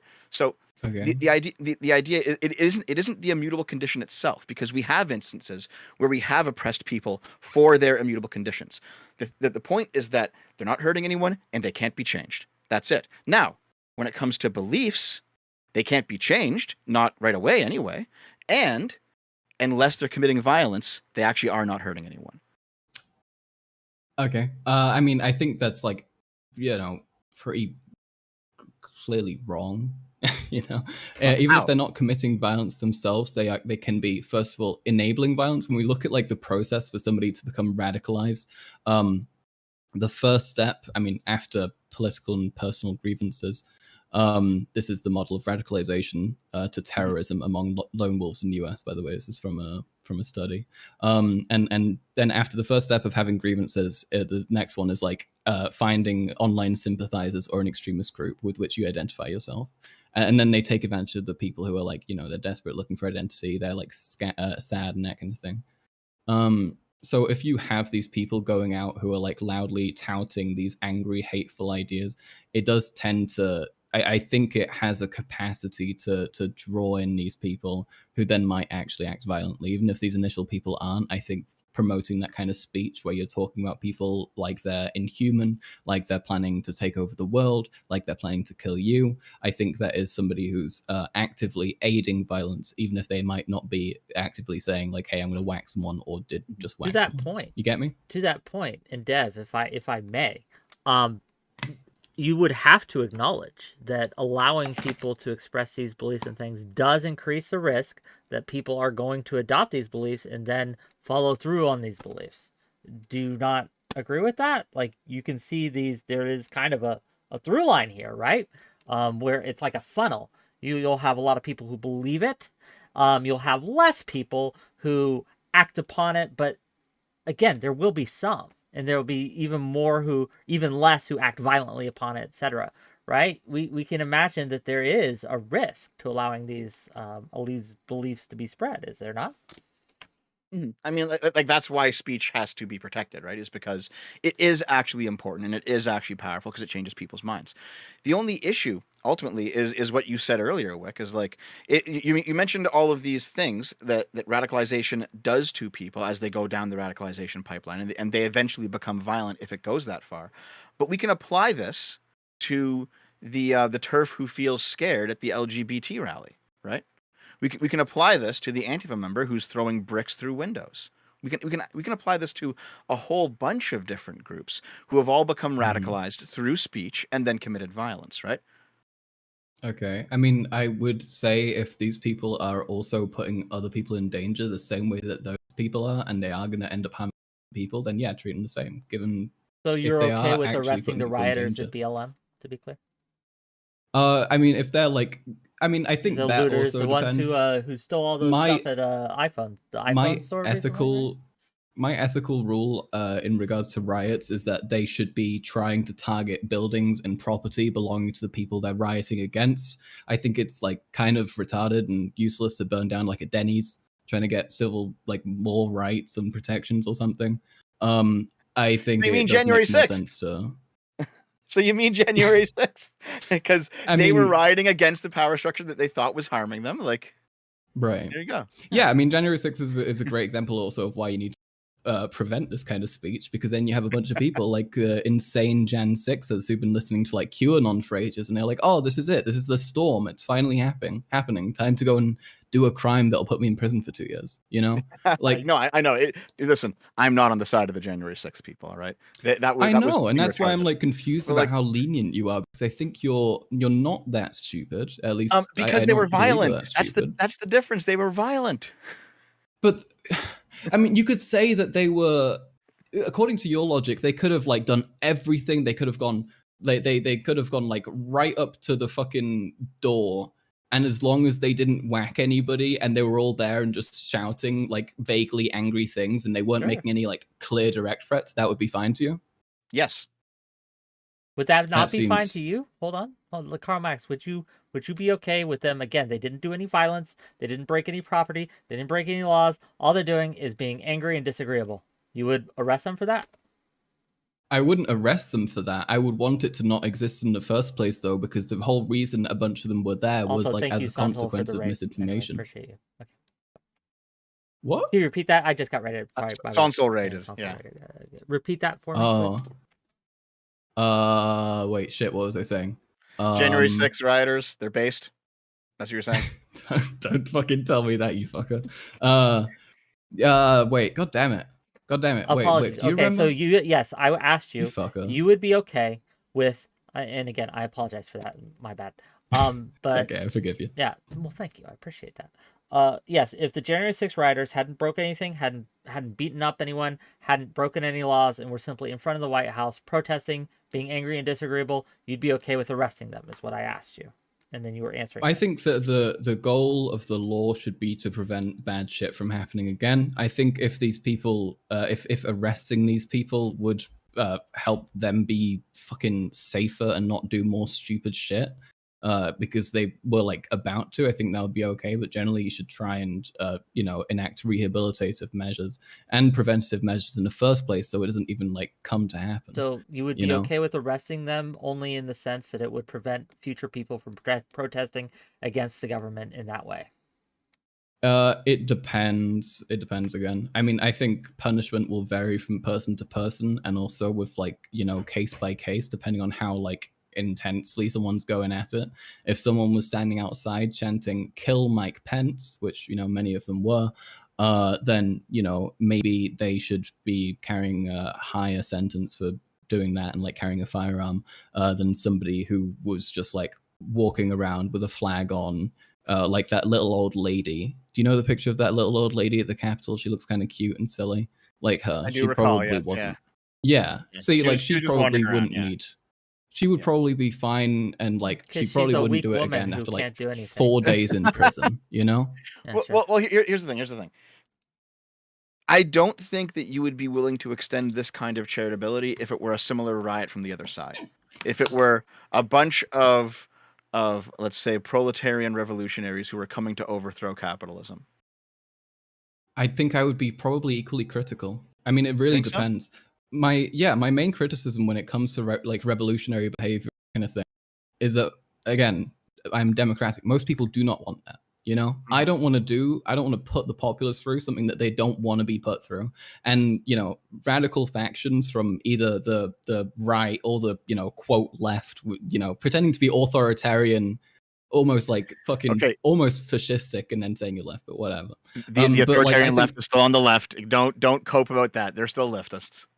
Look, you believe what you want to believe, okay? No. We want to go down a rabbit hole. There's such a thing as left fascists. If you want to go deep into theory, you got to read, man. Oh, I don't know if I want to go into that deep into theory. I guess. Look, at the end of the day, I'm really curious.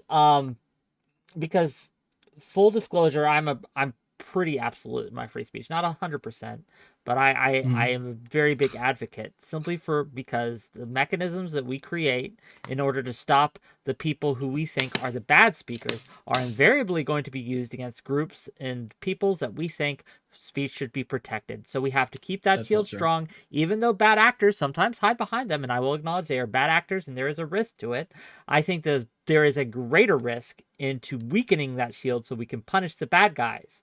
But that's just me. Anyway, so yeah. Here's the thing. Here's the black pill on free speech. All right. Oh no.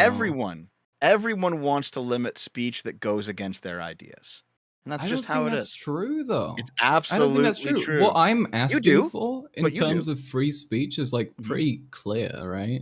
Okay, here. Is protect Lay it out classes. for me real quick. Go ahead. Okay, protect classes of people who are more likely to be at risk of being fucking socially oppressed or potentially, you know, genocided or something. You know, protect people with for their fucking immutable characteristics. Don't allow speech which is fucking repetitive and has the clear intent of dehumanization, of like purely destructive intent, basically, right? Where the point is clearly it's something like 𝕬𝖎𝖙, who you see post about trans people's suicides on like a regular basis, or talking about trans people who've like hurt themselves or something, and like posting that and being like, haha, look, I got them, or something, you know? Like their existence pretty much almost entirely boils down to dehumanizing, to attacking, to harming as much as possible this one group of people who, you know, really can't do anything about who they are and you know how their brain's wired, you know? Mhm. Well, none of this went against what I said though, because you still want to censor speech based on your own ideas. Like you have a moral Well, it's about preference. immutable characteristics, though. It's not Yeah, well, about that's just your like moral preference, though. Your moral preference is to protect people with immutable characteristics. If you were someone who didn't give a shit about immutable characteristics, you wouldn't care, right? Like this well, is I like, don't really know what this point is. well, the point is that like if you look at so generally like a fascist government will suppress anti-fascist speech, obviously. A socialist government will generally Mhm. suppress anti-socialist speech. A liberal government tends to suppress anti-liberal speech, right? A monarchist government will suppress speech against the I monarchy, don't think you need right? to suppress anti-socialist speech. I think You absolutely do.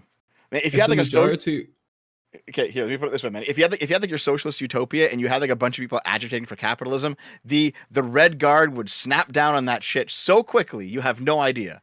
All right? you're The presupposing that every socialist government is going to be authoritarian. I don't think that's necessary. And I think that if we did have the socialism that I want and the socialism that, you know, most socialists are advocating for, people would see pretty quickly why it's better than capitalism. I mean, I think there are people who advocate for capitalism heavily and they really want it. But those people, as capitalism is, are in the minority, right? Because well, capitalism serves to help the minority, like the financial minority. so your argument is basically once people understand how awesome my ideas are, they won't want to go back. Everyone says that about their ideas, though. Like this Yeah. is the thing. I mean, Everyone, that's how populism or any democratic political movement is going to work, right? Well, any I mean, political movement, democratic or not, but yeah, fair. yeah, pretty much. No, the idea is that like everyone has their own moral intuitions, and those moral intuitions will inform their politics, and then they will preferably, if they could, censor speech that goes against that. All right. That's why you have like Muslim countries that will not allow you to be blasphemous, you know, things like that. Every Hmm. society defines what they consider to be intolerable and then shuts it out. It's I mean, I can explain with every single one why I think they're like wrong Sure, or if bad you'd or allow me different. though, This argument is really just like you have opinions, if and you it's like, allow yeah, me, I have opinions. So do you. I don't. someone's paid me 50 Go bucks on, to mate. ask you a couple questions, Max. Is that okay? Oh no, I'm gonna take the me money. I'm a or him? capitalist. Okay, so 50 Mhm. bucks. Karl Marx. This is from Mark Oh Twain's boy, Revenge. Okay, Karl Marx. So that's what they call you, not me. Some questions for you. nice. 1. Which industries would you nationalize? 2. How would you nationalize them? Ooh, 3. Would you seize property against the will of owners? 4. Would you fairly compensate owners? holy 5. shit, dude! What Would the you fuck? use Oh my god. violence? Okay, you can pick one. I'll answer one of those. Okay. I'm not going to go Well, through every 5 questions. sorry. They paid me 50 bucks. I'm gonna do what they say. Sure. Do Well, let's two. just choose. Would you seize property against the will of owners in order, if it could move you closer to your co-op market socialist utopia, would you seize property against the will of the rich, like billionaire stuff who owned 1,000 homes, weren't using them? Would you by force take that away from them? I mean, if it was like fucking democratically, like a democratically Yes, agreed upon development, 80% of then people yes. said, yeah, take the billionaire stuff. You would be okay with that? You would do it? Yeah, I think so. Okay, fair I enough. mean, like, obviously give them enough to fucking survive and be like, exist as people comfortably, but obviously a billionaire probably doesn't need most of their stuff. Sure. What about a millionaire? Millionaire? Yeah, a millionaire has 5 homes. Would you take 4 of them? A millionaire that has 5 homes, would I take 4 of 80% them? of people want you to take 4 of the millionaire's 5 homes. Would you do it? Probably. I mean, I think if it depends. Again, I think you could make an argument for some people having 2 homes, but it depends on like the distribution, how many homes But are 3's available, just if that right were out, possible for more people. 2's good, 3's right out. Listen, Max. Yeah, I mean, look, I think again, it depends on their use. If there's somebody who like lives and works between 2 different places, obviously they're going to need one more I space to understand. live in. We're assuming in this question that they don't need it for anything. They just like it. They're just like, I don't want them. Oh, if they don't need it for anything and they're like not like using it regularly as well, then I mean, sure, take it away from them. They don't need it. Listen, it is the chat's democratic will that you answer all 5 questions. Oh my fucking god! Okay, they are kind of mad at you right now. No, here. They're mad. I feel like your chat's always going to be mad at me. We're a bit ideologically opposed. Here, let me put it this way. Right, like when it comes to what speech you censor, or I guess what you don't allow in your society. It is just having opinions, but it's more than just having opinions, right? Like what makes it legitimate that you take the 5 homes? Well, for you. From your point of view, I assume that it's because like you see like ownership as being a function of use. If you don't use them, they can be somebody else's, right? Mm-hmm. I see them as being a function of, did you build them or did you buy them, right? Property ownership. So we have different moral foundations that bring us into these two different things. But like, which one is more or which one's better, really? I mean, well, that comes down to, well, okay, are there better outcomes? I mean, maybe, but also what decides if there's better outcomes? That still comes down to our moral foundations. So this is like, well, it's one of those. I don't know. Go ahead. Go on. What are you gonna say? I think you're talking about like, I don't know. I think you can approach things from a utilitarian, like humanitarian framework pretty easily. I don't know. I don't think it's that hard to figure out how to try and maximize the happiness of the most people possible. If 80% I feel like that should be the goal of any 80% political of the system. population was happier if trans people didn't exist, would that be okay to you?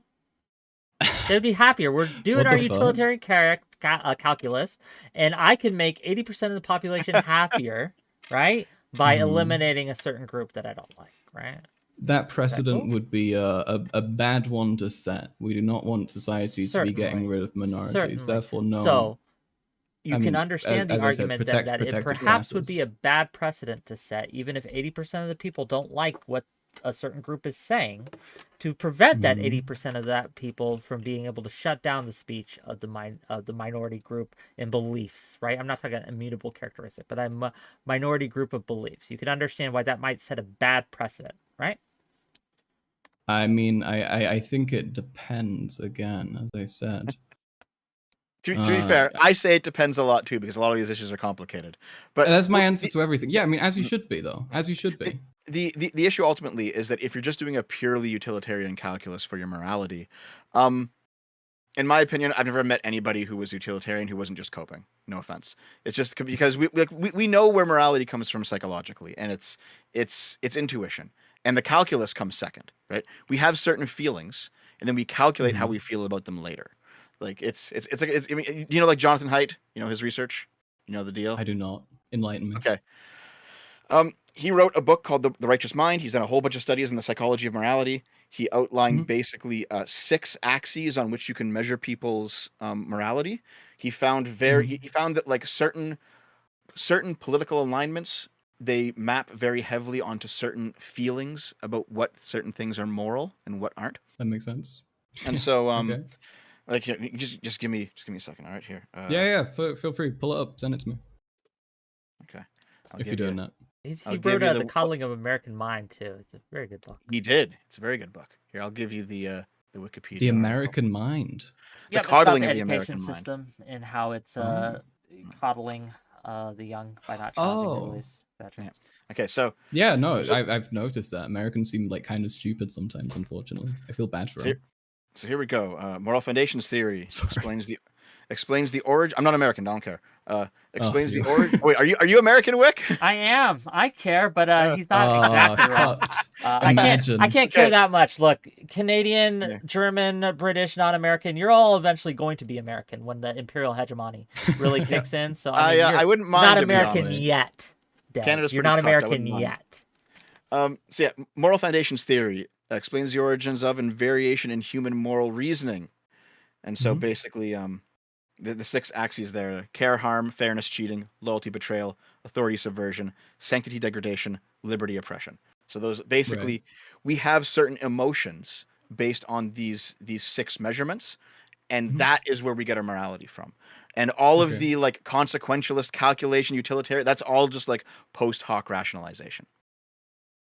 Right. Isn't that how a lot of morality should function, though? That you post hoc figure out what's actually legit and what isn't? Because if not, then you're just listening to your every instinct, which is probably a bad idea, because then you're at like the whim of your biases. I don't know, man. Vosh called this fascist once, so I feel like I'm a fascist now. Wait, he called what fascist? He said using like moral intuition was fascist. It was like an offhand comment on a random stream. I think I heard him say moral objectivism is fascist, which I... Well, basically, the idea is like lots of like very left-leaning people, very progressive people, they're like their personality type or their predilections lead them to like heavily focused on care harm, right? Lots of conservatives, they heavily focus on like loyalty betrayal.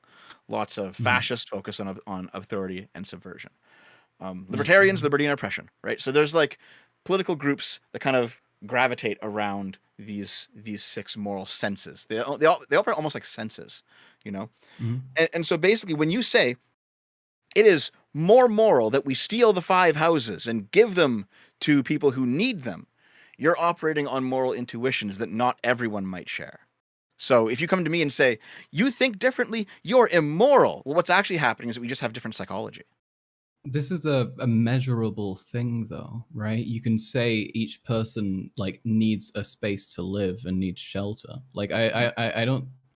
Well, yeah, but like it depends if you value giving them that shelter more than you value other things, right? Because maybe you have the personality type where you actually value keeping intact some very strict regulations on property rights, and you don't just want to go around seizing everyone's stuff and giving them to people who need it more. Perhaps an oversimplified, but maybe more easy to understand values, the dichotomy between safety and freedom, right? We'd all give up some safety or for more freedom, but where we draw that line will differ depending on how much we value safety versus how much we value freedom. And that will probably also come into why we have different views on free speech, right? You want people, like especially people who are, let's say, more marginalized, to feel more safe as they move through the public space. I want people to be more free to say certain things, and we're just going to have different like moral foundations on that. My main, I mean, I want marginalized to be okay. One of my main issues with like far right bullshit online and like radical bullshit is like the kind of the culty predatory aspect of it, and how it like kind of goes after what feels to be like some people who are pretty left behind by society, which tends to be the case with like most like terrorists or whatever, most radicals, is that it's people who like suffered in some way, they felt they had like no value, and then they went and they were basically like indoctrinated by like these groups of people who, you know, like I mean, I don't disagree. I don't disagree. I think you're onto something there, but I see that happening on the left as well all the time. I mean, you're a Vosh but that's fan. not going to lead to... Sure. Oh, it absolutely will. You're a Vosh fan. I don't know how much of him you've watched, but there's been so many streams of his where he's like led people right up to the edge of violence. I'm like, listen, the far right's going for you. You got to arm up. You got to fucking, and it's just like, geez, calm the fuck down, dude. I mean, he says he does have that thing about trans people arming themselves. I don't know how much I believe in that. I'm generally not very like pro gun. Like all the statistics I see as well suggest that if it's like somebody who's like got like mental health issues, you should not be telling them to get a gun. Seems like a terrible idea. Wait, are you right? saying trans people have mental health issues? Yeah, I'm saying people who are oppressed by society are going to be more likely to be not doing so great. Fair enough. Well, hold on. It's not just that. I mean, here, hold on. Is gender dysphoria a mental illness? Oh, Jesus. The answer is I would yes. say it's By a the way, symptom. a symptom. What is it a symptom A of? symptom of your existence. I mean, I guess you could say, I don't know. I don't want to classify it as an illness. I would say it's more of a situation, a state you're in. Okay, well, is it a negative state? Well, let's Well, not go yeah, too far it's to down the trans uncomfortable, it's rabbit hole, gang. I'm unpleasant. gonna throw a flag on the play. Okay, I don't wanna. I know What we are we aren't sticking prepared to? for that discussion. And this discussion, if we wanted to have it, I would like everyone to be a little more prepared, including me. Oh, I'm ready. All right. Well, I mean, I'm not. okay. Okay. This is not for you. Okay. I'm not. Another So day. I'm more Another than day. willing to have that conversation, but I'm calling a flag on this play. We're gonna steer clear of that for the time being. I'm not against having that conversation. I'm against having that conversation this second. I did want to ask both. Is that of you. related to anything for trans stuff, like at all, or just No, a trans blanket stuff is fine, but moratorium, or- trans stuff being in mental illness specifically, I think. Oh, okay. Yeah. Okay. You good? You good? Sure. All right.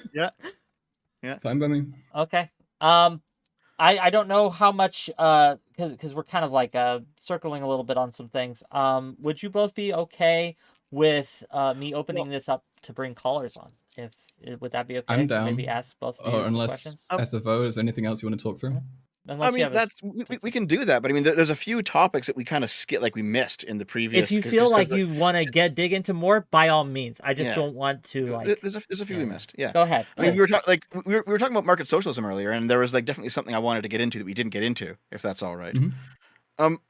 And also you asked me why I stopped being a Marxist. I can tell you that story too, if you like. Oh, I would love to hear, please.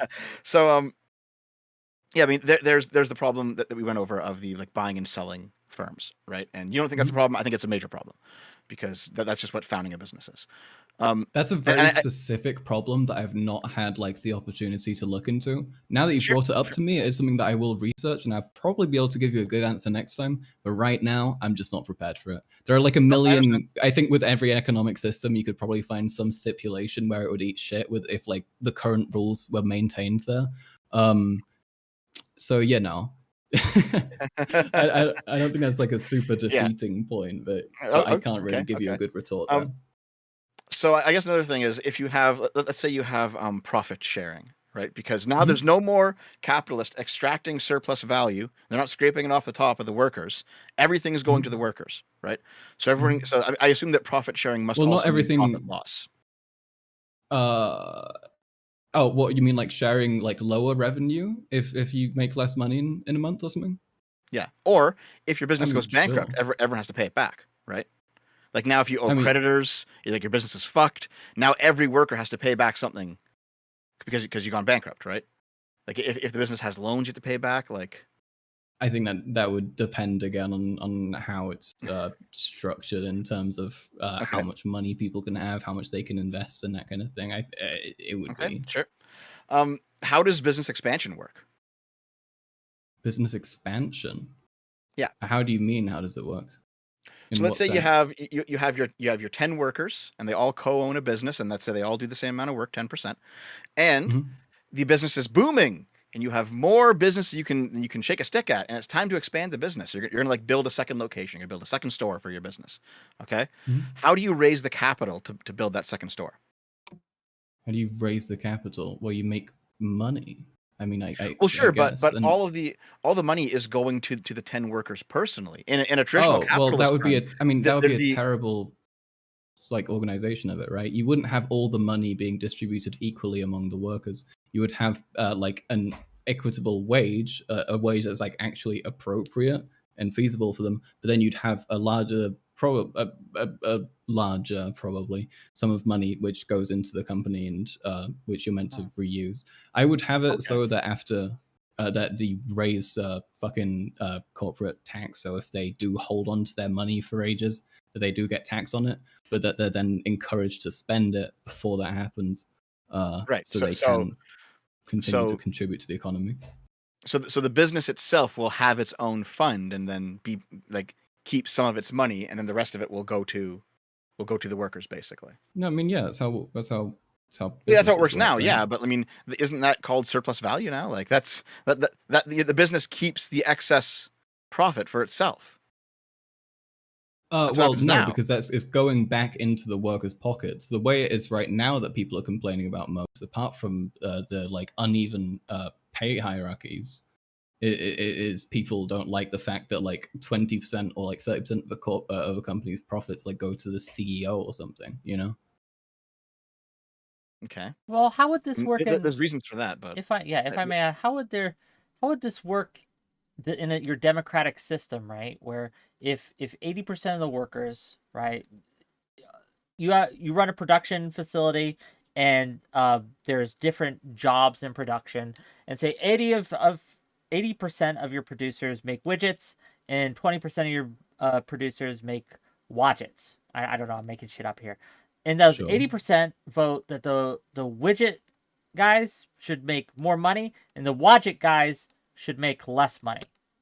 What protections would you have in place to prevent things like that from happening? I mean, I think it would because that would absolutely happen. You understand that, right? Like that would absolutely be the case that people would do that. This is actually my next objection, is that basically one of the goals of socialism is to abolish class. It's to basically end class conflict by abolishing the classes themselves. And the issue ultimately is that in market socialism, you don't the class interests don't become aligned, because now you have different classes based on jobs. And jobs in the workplace, like if you ever worked at like, well, you know, the goal is to reduce class disparity as much as possible until it's gone, right? I think maybe it could come to the point where you do have a degree of pay disparity, but it would not be to the point that it would be creating like totally other classes, right? It would be like the difference between somebody who's making like 70 grand a year and is working like, I don't know, 30 hours a week, and someone who's working 40 hours a week and is making like 80 grand a year. And then like that's as far as it gets, or like 85 maybe at most.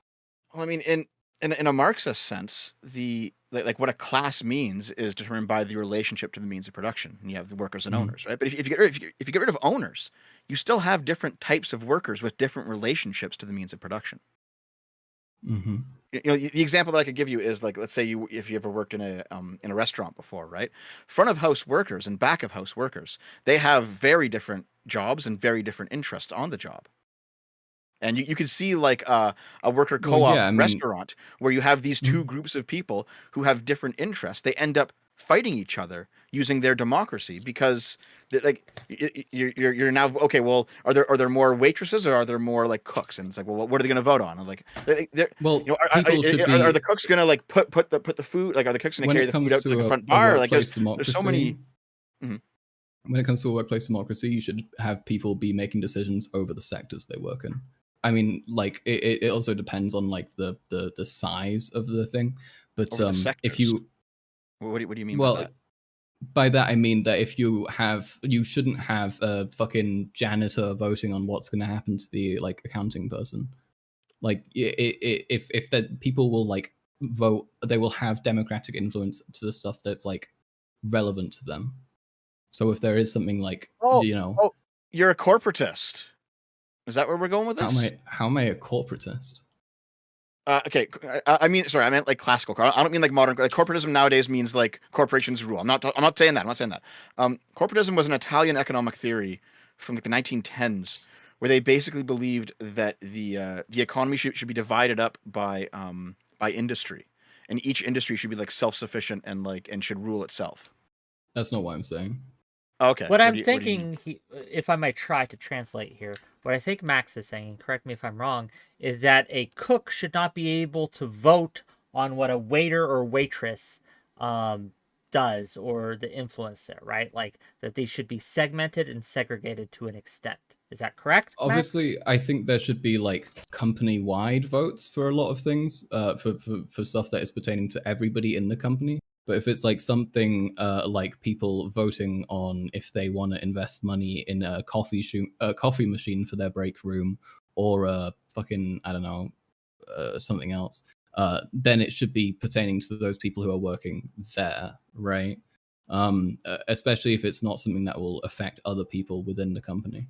If it is stuff that will affect other people within the company and so on a larger scale, then yeah, they should have influence over it. Okay, so this is like stakeholder democracy then. Like, if your job is affected by the decision, you should vote on it. Sure. Okay. I have another question about expansion, though, to go back, because let's say that you want to expand the business, but in most cases, like most businesses don't have the capital to expand. They can't buy a new. They have to like, get out a loan, right? How would getting out a business loan work? How would getting a business loan work? Look, Yeah. man. This is a very important part of running a business, is getting a loan for your expansion. Like every business does this, every single firm. I mean, yeah, this isn't a thing that I've got like clearly laid out yet, you know, quite at that point. Like, Okay, all right. I get where your question is coming from. I do think that it's something that there is probably a solution to, and I could probably figure out had I had enough time to, you know, work it out. But I don't think that you can just like. Yeah, to be fair, this was a free speech debate, and I understand, so we're not gonna. No, I did ask to not have it be so focused on. I wanted it to stay focused on free speech as well, but then apparently WhickTV didn't tell you. Wait, Yeah. no, Nope. but I did ask you right now during the debate, are you guys okay with the going down rabbit holes? And you said yes, you consented to it. Yeah, but in my prep, it wasn't very clear that we would be discussing so many topics, but that's okay. Okay. That's okay. All right. Well, I mean, I have looked into market socialism quite a bit over the years. I'm not convinced by the theory. I think it has too many just unworkable parts, personally. Knowing like as I've gotten older and I've been more involved in various different types of jobs and sectors, I've just realized that it doesn't work. There's too many things that it just does more inefficiently than the current system, which is why I'm fine with like third way Democrats efficiency and stuff. Okay. But like in terms of socialists, no. I think it doesn't work.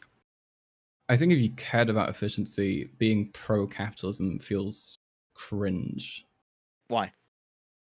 Because I feel like capitalism is kind of it becomes like this endless self-serving mess, right? Where you just have like the same efficiency won't necessarily go up if the company's like making money in their set, right? Like you have that. God, what's that one thing that happened like 100 years ago where all the people who were making the light bulbs decided to make them a little bit more shit just so they could keep on selling them? Like that kind of thing. You have monopolies that can ruin planned obsolescence, right? Well, see, that's why I'm not like an anarcho-capitalist or libertarian or anything like that, right? Like I am for regulated capitalism. I do like capitalism with like welfare systems and those sort of things in place, but you still maintain private property, you still maintain the commodity form. Like there are ways to balance between these two extremes, where you have, let's say, the gross inefficiencies of monopolies on one end, and then you have the stagnation of socialism on the other end. You can thread the needle there, and we've been doing it very well for a long time. Oh, okay. I mean, I disagree with you, but. Oh man, you've seen that meme graph posted by like Project Liberal, where it's like everyone's getting richer, and you have like world hunger going down over the past 100 years, shit like that. That's all true, man. Project Liberal to me. Yes, we're figuring it out. We're doing it. Yeah, I don't think so. Is based. I don't think that's going to win me over. It's based. It's fucking. They make based. like the worst, shittest memes I've ever seen. It's so sad. Yeah, the memes are pretty bad, but like the data is there though. Like we're making the world better. It just takes time. We'll get there. I'm not worried about it at all. I mean, thing is, right? It's not like I think that you're like destroying the world or whatever. I think you have some shitty opinions, but generally it sounds like you and I pretty much want similar development over the next like at least over the next short terms of time, which is why I don't really care to be like super combative or whatever if you like disagree or you can't like imagine a way to solve like one or two issues in market socialism, because for now it doesn't really matter, you know. We've got Yeah, we've it's got not. It's shit not to do, happening. It's you it's know. not happening. Yeah. I Well, mean, I think we'll like, get there. I think some kind of socialism is probably Max, inevitable, I Max, don't but just real we'll quick. see. I wanted to give some parity here. Dev here has been asking you a lot of questions. If you have questions for him and you want to drill him Oh on some yes. of his takes, please, by all means, I want to give you that chance and opportunity. I mean, you did ask why I stopped being a Marxist and like what I was reading. Is you still Oh want to hear yeah, about that or? yeah. Feel Okay. free. Come on. It's a Sure. change my Okay. mind. Well, let's see here. Give me just a second. Yes. Okay, I got it. All right. So, you know who James Burnham is? That rings a bell. Yeah. So Who? he's like a conservative political theorist. He was a Trotskyist in his youth, and then Oh he ended up no. he was a Trotskyist. Yeah, he was a trot. He was a fucking trot. But Cringe. he basically adapted a lot of the things that he basically adapted a lot of the things that he learned while on the left to writing conservative political theory. And I think That's personally, though, interesting. That feels contradictory. of course everything's contradictory in politics, is just how it is. Um, I have basically I don't agree with everything he says. There's some problems with it, but I think that his class analysis is more relevant to the modern day than Marx's is. I think basically Marx's class analysis has been superseded, um, Hmm. because How so? What's his?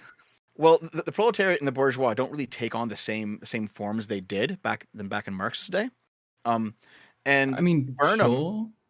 well, things like capitalism is very different than it was 200 years ago. Right, but also Marx's like prediction of how capitalism would go rings fairly true in a lot of ways, right? It rings fairly false in some other ones, definitely. I think there are some How things he so? didn't predict for sure. Well, hold on, let me do this first. Oh, So I mean, he okay. wrote a book called The Managerial Revolution, and Mhm. he theorized of another class emerging in the post 1945 liberal consensus, and it was the managerial class. And the idea would be that where the bourgeois, they're property owners but they don't work, and then the proletariat, they're workers that don't own property. The managerial class would be, basically they would be empowered by the state to control property that they don't own, and that they would basically be the movers and shakers of politics in, let's say, the post-socialist era. And he ended up Okay. being mostly correct. Now you have like, what's his fucking name? The guy who always talks about like ESG scores. Who's that guy? He's a YouTuber. ESG scores? Fucking Couldn't tell you. uh, hold on. Is it this fucking guy? James Lindsay. You know him? Oh, wait, what does he do again? What I've seen him be cupped somewhere. He looks like sad and I don't know. He's like he seems to be a nice guy, and he seems to have like his heart in Mm. the right place. But I think Yeah, I think he's just stupid. Like I think that's he's wrong about a like lot a of lot of things. people. But like Yeah. Oh, he he's friends talked with about Alex Jones. That's why I know him, I think. okay, I didn't know that. No, like he talks about like the ESG scores and Klaus What's ES? Schwab and the WEF, the International Oh Monetary yeah. Fund, like all this shit, right? And Definitely not just the Jews or something, you know. well, the thing is that, like, these organizations probably do want to have more power than they do. I think the right wing Yeah.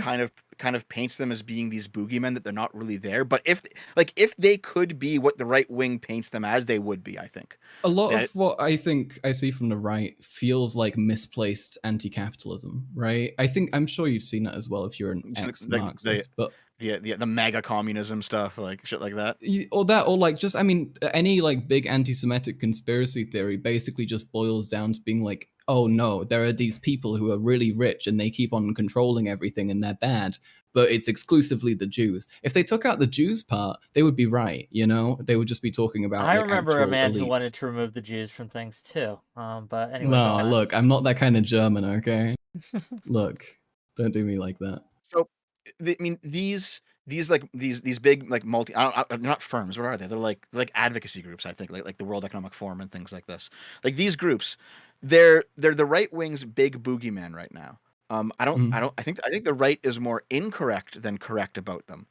But I do think that if there was ever going to be a true like transnational managerial class that controlled property without actually owning it, it might come out of these institutions.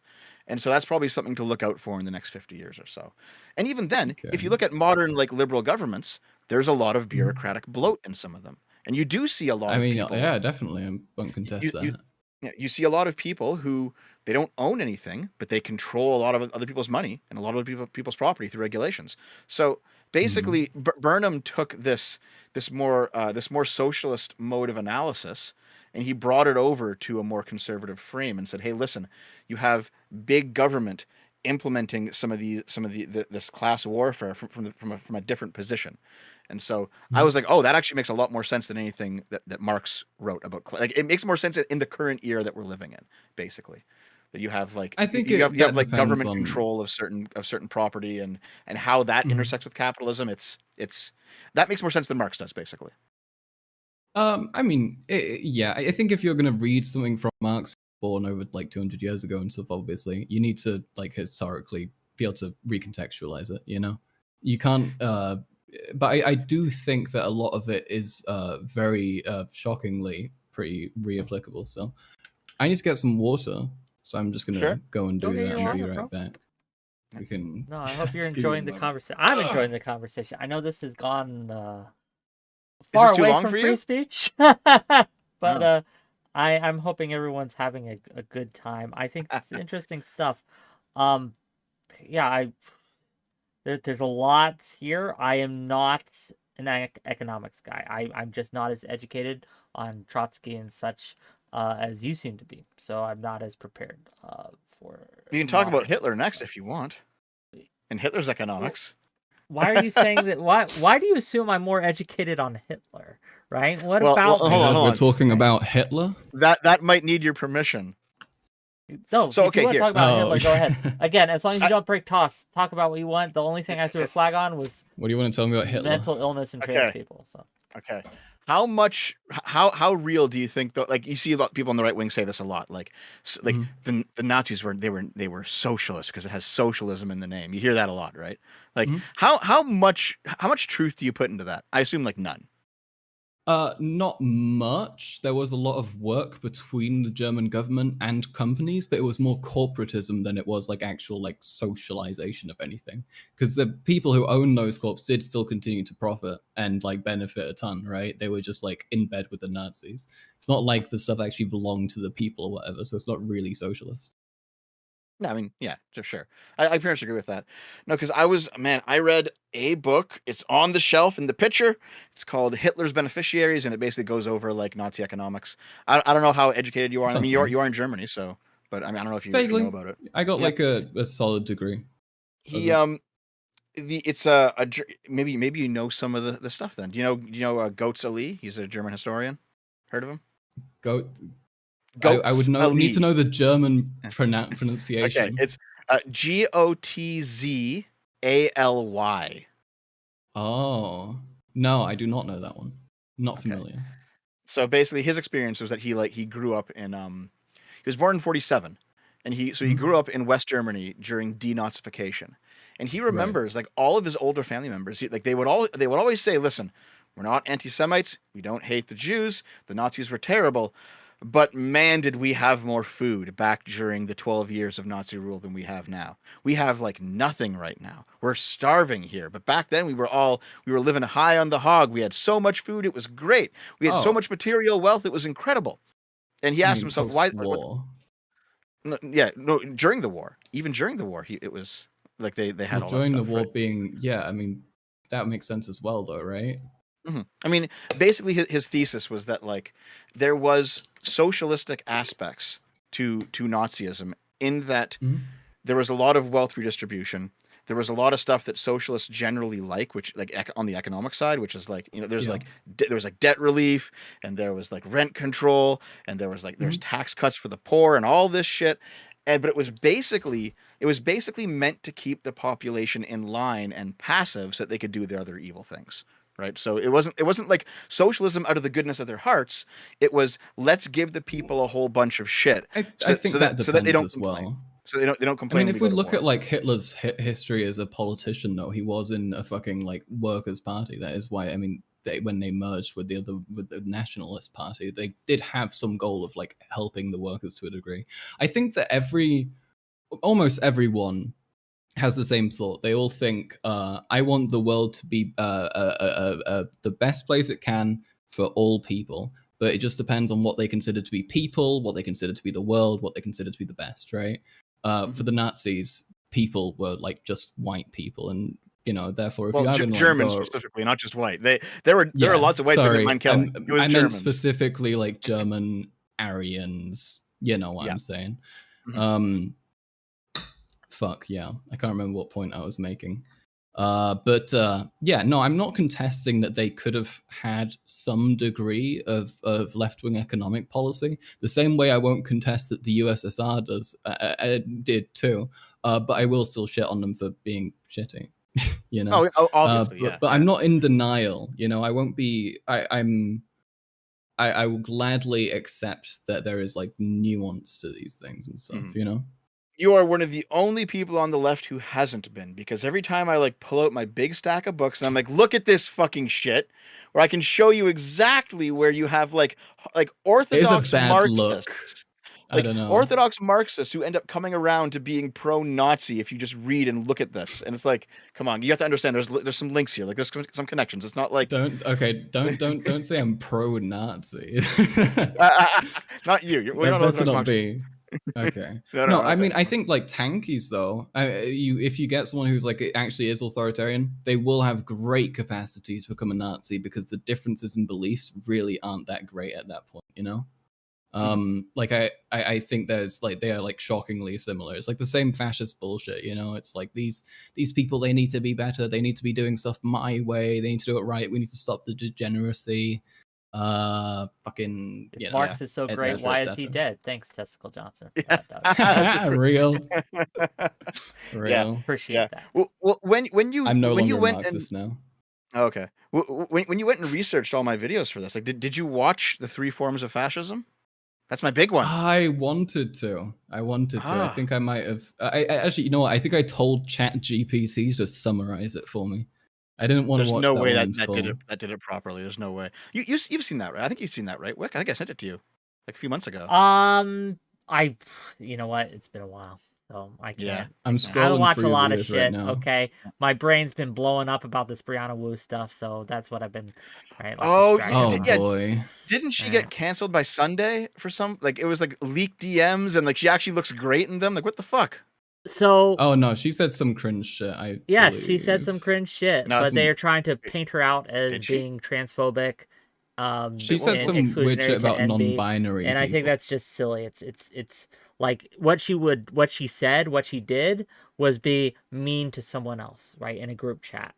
That was her sin. She basically made fun of someone's looks in an unkind way. That was unkind. No. She should not have done that. But Sunday's trying to conflate it into being this in a way that was like directly attacking her gender identity, which is kind of like another deal. I do not believe though that the way that the left immediately jumps to like excising somebody and like trying to like ban them. You from realize our that domain. that's what they're trying to do, right? That's Sunday's I think that's what some people are goal. trying to do. I think that's what a lot of people aren't trying to do, though. I do think Sunday is going a little bit over the top with it, but that seems to just be how he is, kind of. I think his entire online career has been going over the top. Hey, you cannot talk shit, fella, okay? The amount of... Sure I can. Watch me. I just did. The amount of over-the-top bullshit I've gotten from you, dude. All like right. Okay, let's get personal about this. What's the over-the-top personal parasocial bullshit that you've experienced? You getting angry at me blocking you, even though we'd like never interacted outside of me quote. Well, I wasn't angry. I just thought it was really fucking funny. Really? You blocked me twice over nothing, over Twitter banter. I unblocked you once to respond to you. Yeah, that's still twice. Well, yeah, because you're annoying.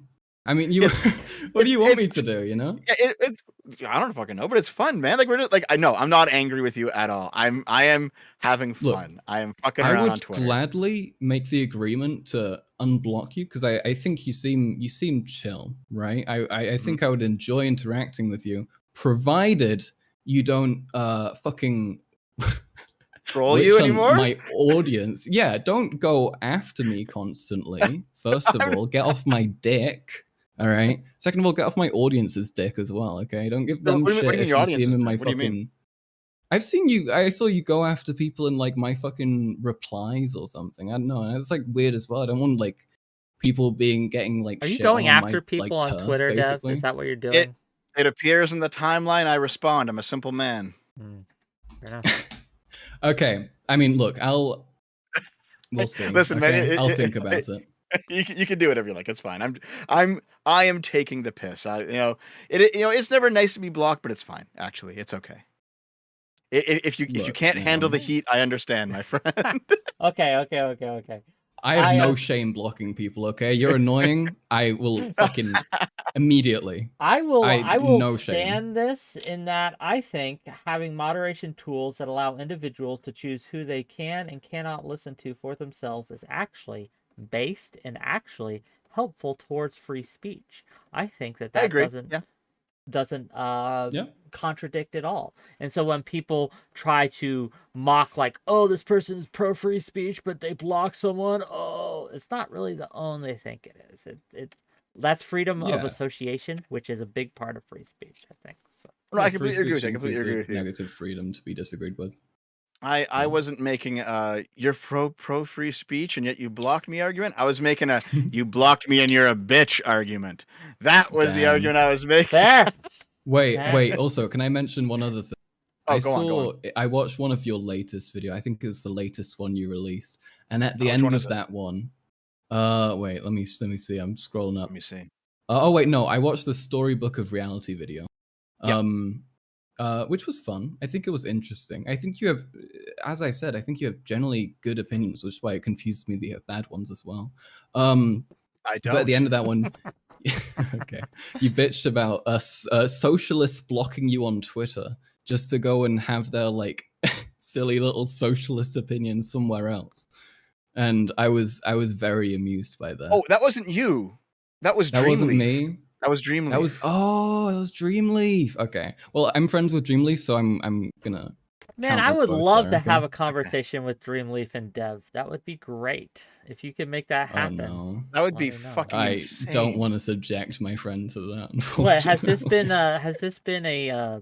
This has been pleasant. I don't know how it. So why do you think it would be any other way? Do you think I would allow Dev to be vile towards Dreamleaf? I just got a reply from Dreamleaf. Should I ask her? Yeah, ask her. Go ahead. Do it live. Okay. Say, yo, I'm with Dev right now on Wick show. Cause are you gonna bitch out? Yeah. Say, don't phrase it like that, Dev. You're horrible at this, right? What you do is you say, Dev yo, is asking if you want to debate skull emoji. Okay, that's the best you're gonna get. You're both bad at this. Okay, this is my wheelhouse. I think across the 10,000 accounts I've had, she's blocked me on every single one. Why do you keep on interacting? It's fun. It's Twitter. Hey, well, no, Dev, can you do me a favor? If somebody blocks you and you keep on interacting, that's kind of cocked. I don't know. It's a different account. Yeah, Dev. Can you do me a favor and ask? Because Max will answer your questions. Can you ask Mark Twain's questions towards him so he actually answers these questions? Mark Twain's revenge keeps paying me money, and I don't want to cheat him out of his money. Right? $10, Max. Answer the questions. I don't remember what the questions were. I don't remember them. I will. Yeah. What the fuck? I will read them out again. 1. Which industries would you nationalize? 2. How would you nationalize them? 3. Would you seize property against the will of owners? 4. Would you fairly compensate owners? 5. Would you use violence? Would you fairly compensate owners? I think you'd give owners a little something. Fair compensation requires that it's not like them having like absurd amounts more than everyone else just because they were in possession of private property, though. How I would do it gradually and carefully, not, as I said, not just introduce the change from one day to the next. I can't tell you the fucking, like, yeah, exactly. I can't give you like a fucking like 5-10 year plan or something of every exact step I'd take, though. And I think the majority of people who have specific economic beliefs also cannot do that unless they had the time to prepare. So I'm not too concerned about that one. Let me put it this way. President Max of the United States sends in the military to seize Amazon. Yes or no? I mean, it depends on how Amazon's behaving. I feel like if you, Like it I is don't know, if now. it was like a, like it is now. what I mean, like if it was like it is now, I think you would probably bring about some sort I of got problems with war Amazon's if you tried to behaving now. take Amazon on like that. I don't know. You have a bigger military than the United States. The private it Amazon wouldn't guard. surprise me, dude. It would. They got like all like their Amazon uniform shit. Nah, I don't know. I think But the ultimate issue with this, like what these 5 questions are getting at, is basically that in order to do some of this stuff, you are going to have to use, even if you do it democratically, you have to use way more force than most people are actually comfortable with. You know, it's like are you going to march the army in and like nationalize businesses? Like, and then once you do that, because we've seen other countries do that, and like, what ends up happening? Oh, the government becomes more authoritarian. Businesses start leaving. They pull out because their stuff isn't safe anymore. Countries become destabilized. Like, even if people vote for this, it still ends up ruining things. I think with every large political change, you will have some issues. I think that's true of anything, though, and I think the way that capitalism is right now doesn't really strike me as particularly sustainable. Yeah, I mean, there would naturally be some issues along the way with everything, but I don't think that those issues are totally irreconcilable and unfixable. Okay, gang, it's been a great discussion. Do you guys? Yeah, are we done already? Some, oh, okay. I mean, like, look, how do you want to spend like this dude's what time is it there? Like 2 a.m. It's 2 a.m. I mean, 2 look, I'll a.m.? stay here. I might start smoking fucking weed like or something so my brain can survive. We got to be at least somewhat cognizant of other people's time. Fair enough. But fair enough. I also wanted to bring on some bit, callers because my audience is bugging me. So do you mind if I bring one-on-one, right, one at a time, some callers to ask you guys questions? Here, Wick. What's up? Here. Oh my god. I don't know how I do. I don't know how I do this, actually. What you trying to do? Oh, I know a bunch of my viewers are in your chat, so you should post. I'll post my Discord link to my post your Discord. So if my viewers want to come in, they can as well. Okay. Yeah, and you can do that to your chat too, Max. So. Oh yeah. So yeah, if you're watching this, you want to jump on for a few minutes, and I'll void you when I'm bored with you, to be honest. So be entertaining or interesting, or I don't care about you. Click that link. React to the rules, like accept the rules. Click the Wick emote. This is my beautiful face there, and you'll see a VC called Backstage. It's at the top of the Discord. Jump in there, and if you're lucky, you'll get a chance. And we'll go on until, frankly, I'm bored. And then once I'm once I'm too bored, we'll end it. Thank you for the $2, Bobby Johnson. Great debate week. Well, don't thank me. I just moderated it. Thank these lovely individuals who, can I just say, both of you were excellent tonight. I thought Max, you did great. And Dev, thank you.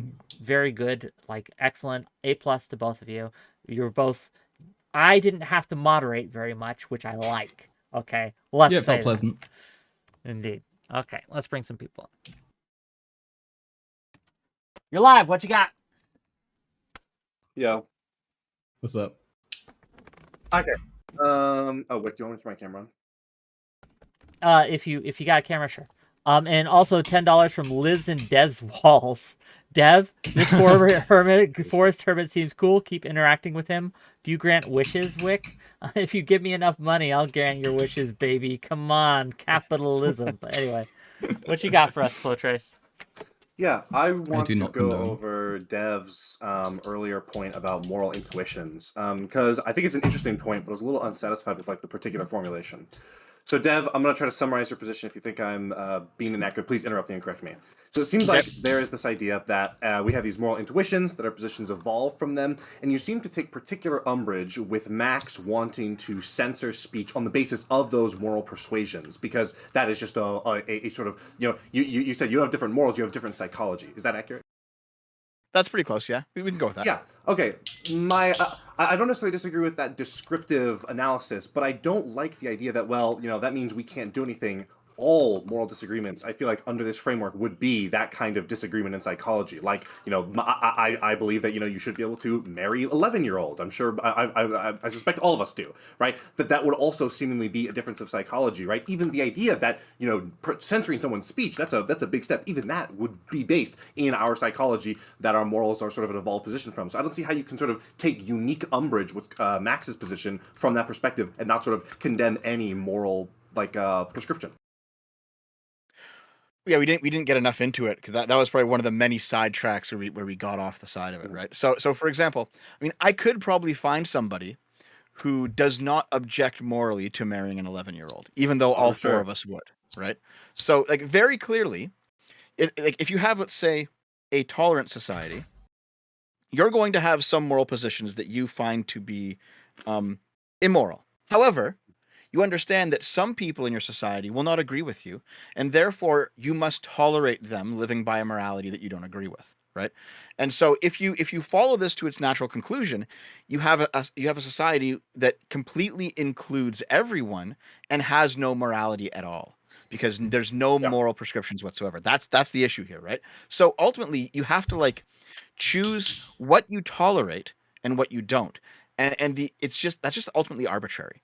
Right? Like it's very unsatisfying, but that is just how it is. It's like, you know what? I'm going to oppress you because I find you to be immoral, and that's just how it is.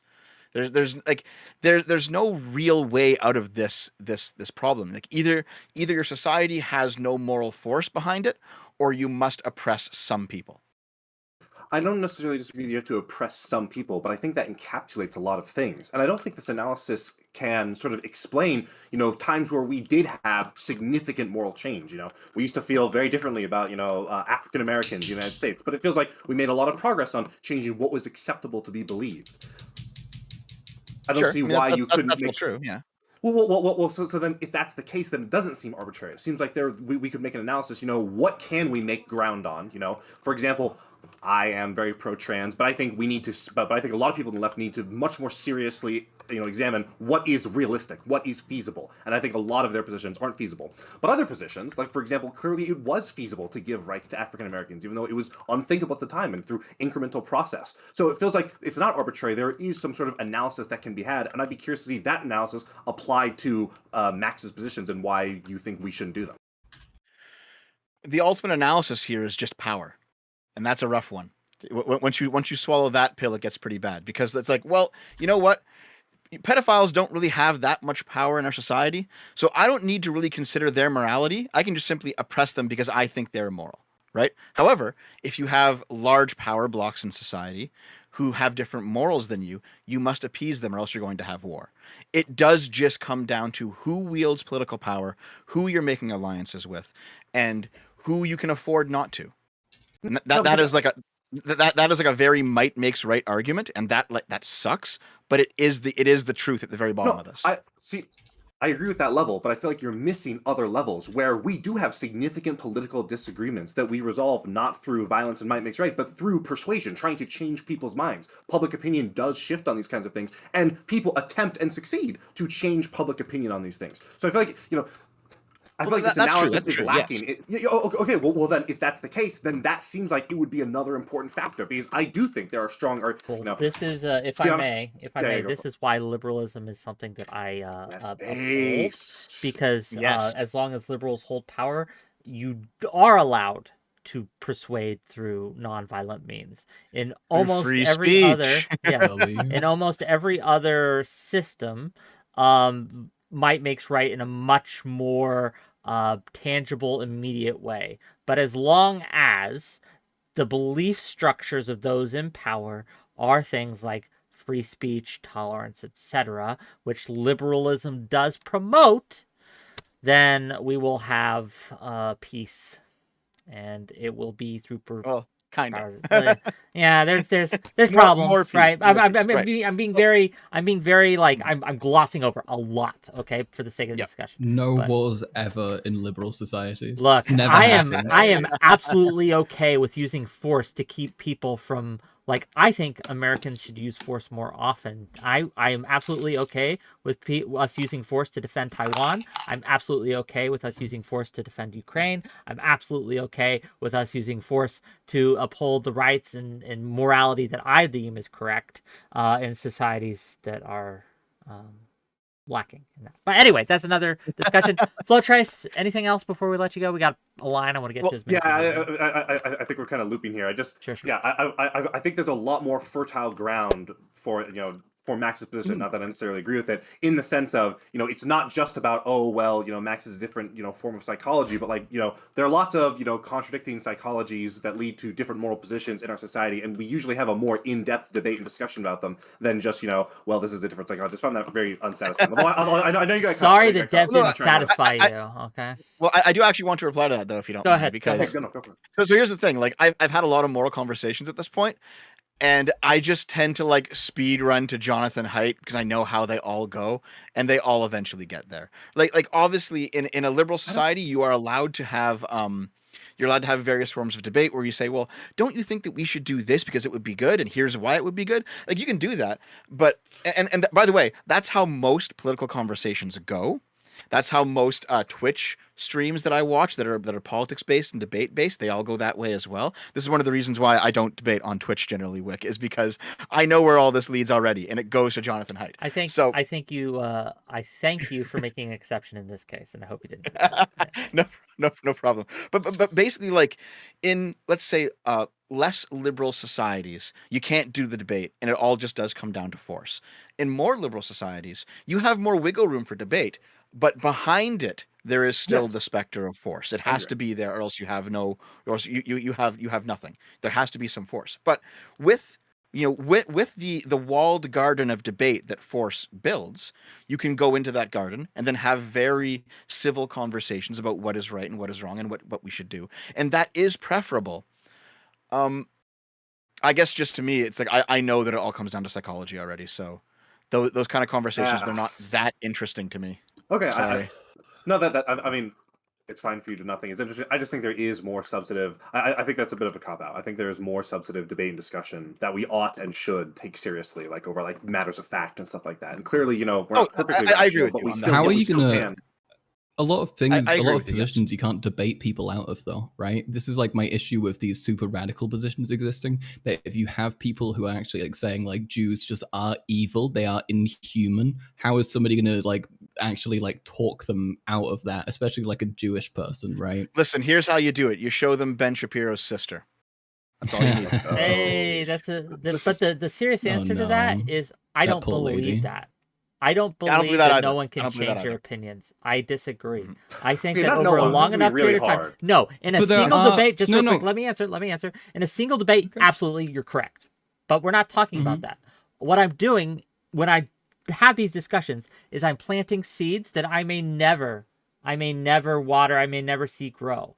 But as long as those seeds are there, a lot of the reasons that people say trapped, because I've talked to people who have come from radical groups, right? Who come outside of really radical, really extreme cult-like groups, right? And one of the things that those cult-like groups do is they isolate themselves on purpose so that no one can influence them.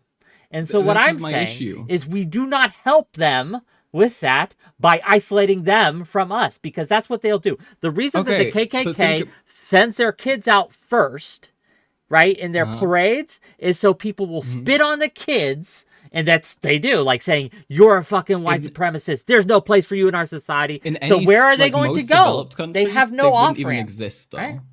The KKK wouldn't exist. My issue with permitting this, especially permitting it in a public forum, is that you can have way more people joining. I do agree with you that if we do deplatform people, we will end up making a smaller group of people who are more isolated, but it will end up affecting less people. And less more people will be brought into that ideology. More violent. That's 𝕾𝖍𝖎𝖙. That depends. That's 𝕾𝖍𝖎𝑡V. exactly why I also believe that we should be that we should be making legislation that protects that stops violent speech. So right? There is a study of and I don't have it on my fingertips. I wish I did. Right, I'll find it for you though. Right, this was in Europe, and it was a 10-year study about how different systems in Europe dealt with their right-wing extremists.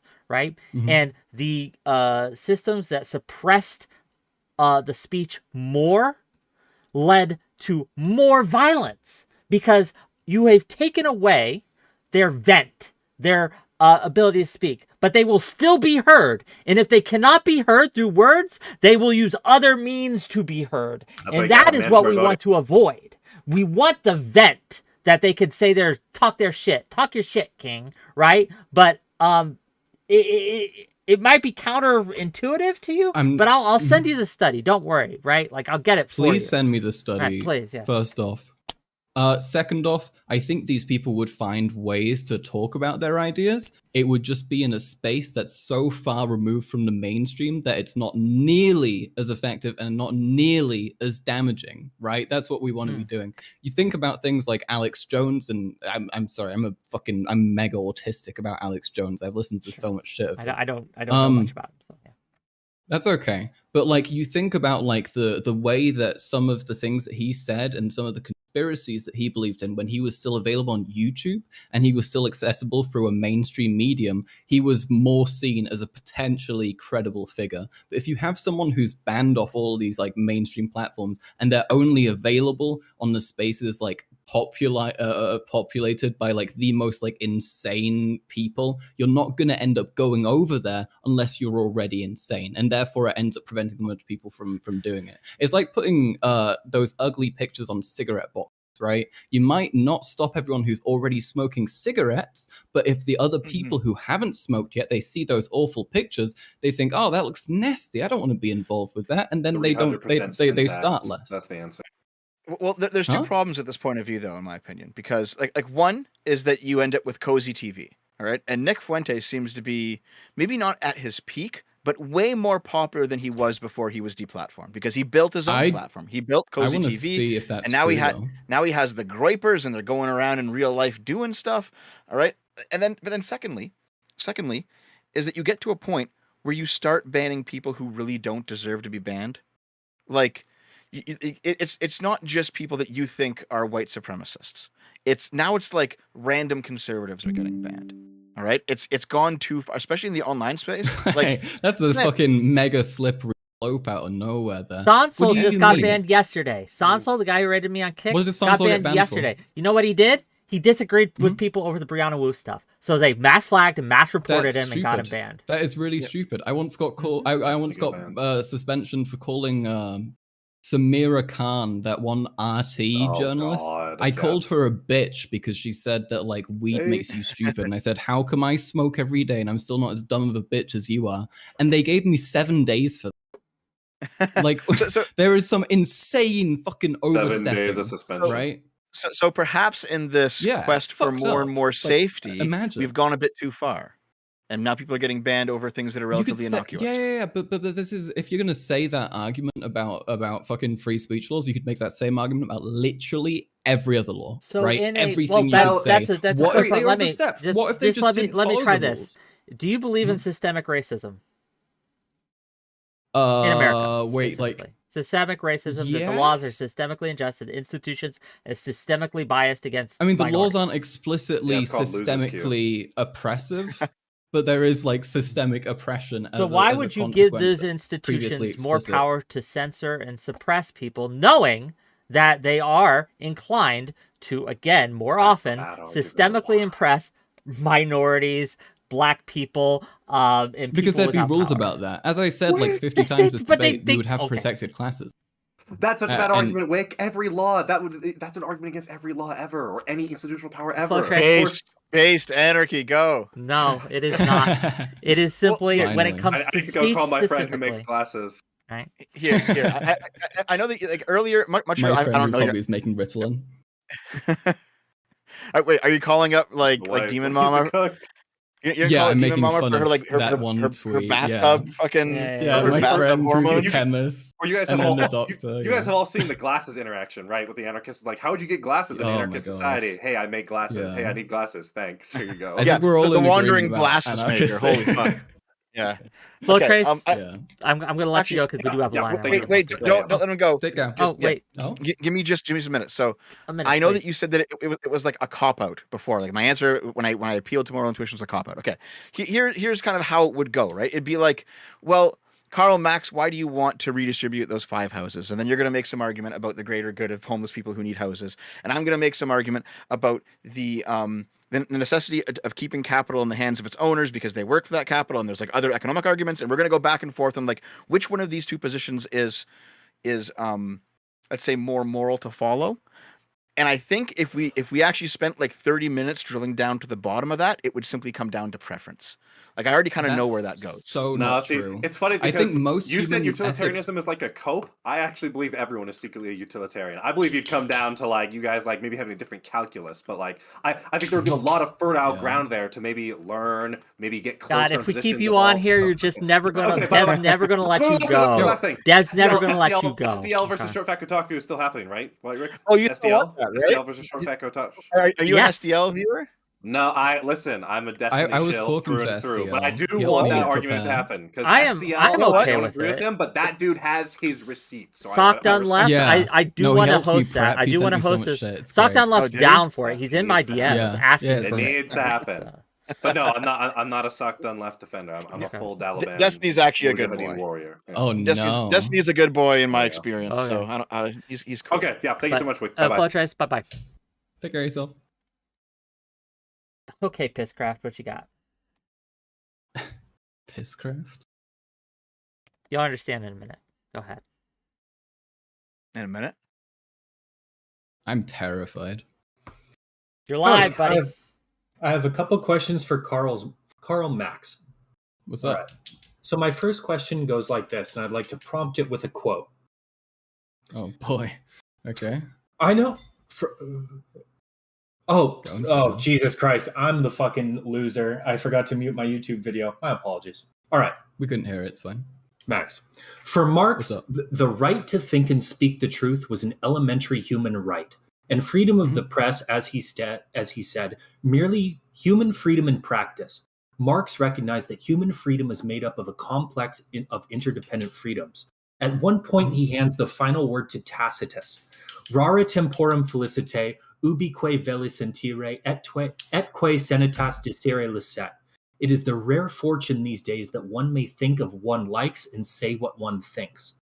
Marx is critiquing the authoritarianism of the Tsar in that moment. And remember, the Tsar shit on the socialist revolutionaries first.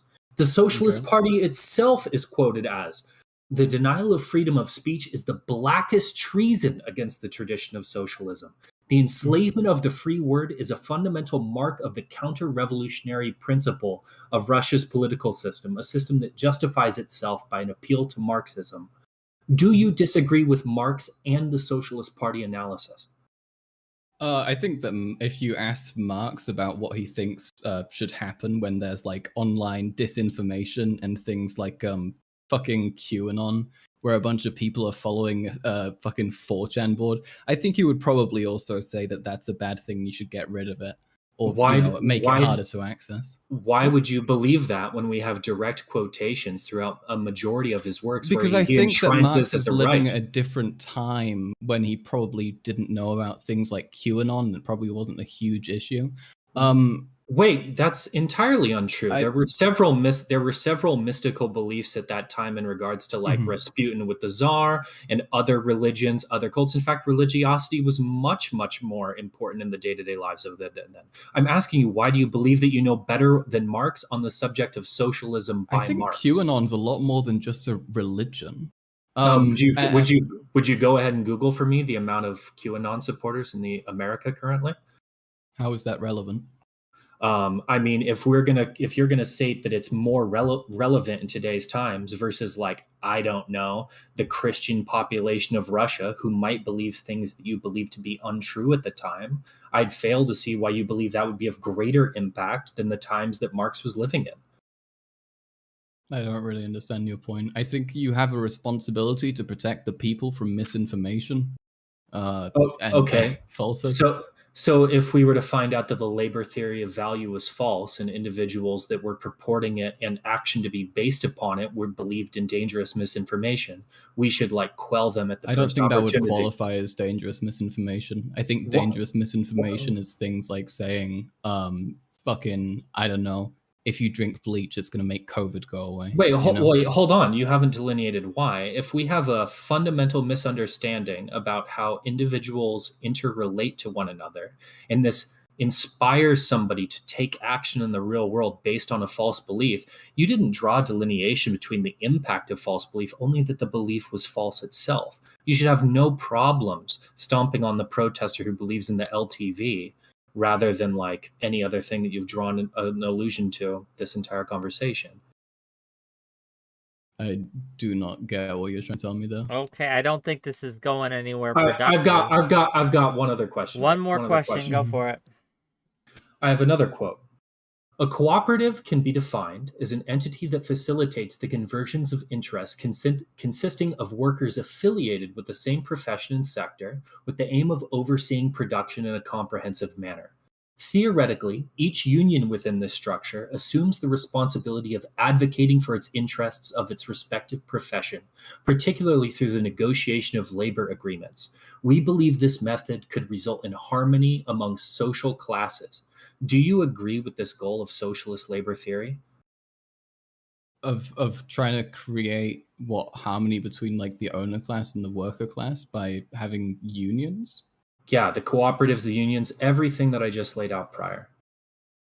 I mean, I think that would be a good stepping stone. Ultimately, though, we need to reduce the amount of people who have insane amounts of money and have basically enforcing inequality. Being a product of inequality more. But we never got into that, did we? But you are for cooperatives and you are for all of these systems, yes or no? For all of these systems, which one specifically? Oh, sweet Christmas. A cooperative of unions that pushes the working class, that this will reduce the income inequality that you state, that the capital and labor, all of those things. Okay. That is actually from 1932's Doctrine of Fascism by Benito Mussolini. Do you still agree with it? I mean, I think Mussolini had a decent amount of pretty standard economic policies. There was so you are for Benito Mussolini's economic policies? I don't know enough about them to say that, but I know that some of them are probably going to be things that I wouldn't necessarily disagree with. I'm not going to say I would disagree with every single thing that Mussolini ever did. He probably had some ideas which would be. What do you agree with that Mussolini did? Come on. I don't know enough to say. Let's not. Okay, Pisscraft. I get it. I understand, right? But if Mussolini said water is good for you, there's no need to. I guess Hitler drank water too. That level of analysis is kind of weird. Pisscraft, thank you for coming on. Goddamn. Okay. Yeah, I mean, Jesus Christ. Put down the thesaurus, dog. What the fuck? To your credit, when we talked about there was some ideological links between fascism and socialism, you were like, yeah, I get it. You weren't coping like most leftoids do. So. Yeah, no, because most people are relatively humanitarian. They just have different beliefs of who qualifies as that, right? I mean, I think lefties kind of forget that because it's easy to just. Oh, sorry. You're live. Continue talking. I'm sorry. I just want to bring the next caller in. So. Hello. God damn next it. caller. Yeah. What's up? You just say your thing. Well, I don't really have a whole lot, but I did hear mention about worker co-ops at some point later on, and I was wondering because I heard about a shift in the slight shift in finances of people who might have some more high demand jobs, high risk, dirty jobs, jobs that require more skill. What's stopping, say, that the wealth gap from being transferred over to any form of legacy? Because I wanted to hear more about that, if you don't mind. Oh, I mean, I think you shouldn't be able to pass down huge amounts of money. I think you should be able to pass down things maybe a house or a personal property or stuff like that. But if you do just allow people to take on a ton of generational wealth, then it will just generate inequality if there's a family who's just more lucky. So what That if sounds based. So what if the wealth were like placed into the house, invested into decorations, interior improvements, the likes of that? Would that still be fine? Like extensions? I mean, sure. I think it would. It depends on how extensive it gets, right? You should probably try and force some sort of limit on not having someone just expand outwardly infinitely and get like a huge building or something, like a mall size or something. But you know, that seems probably fine. Okay, I see. Another thing houses. Another thing I was wondering about was because I remember this vaguely when talking about the free speech argument.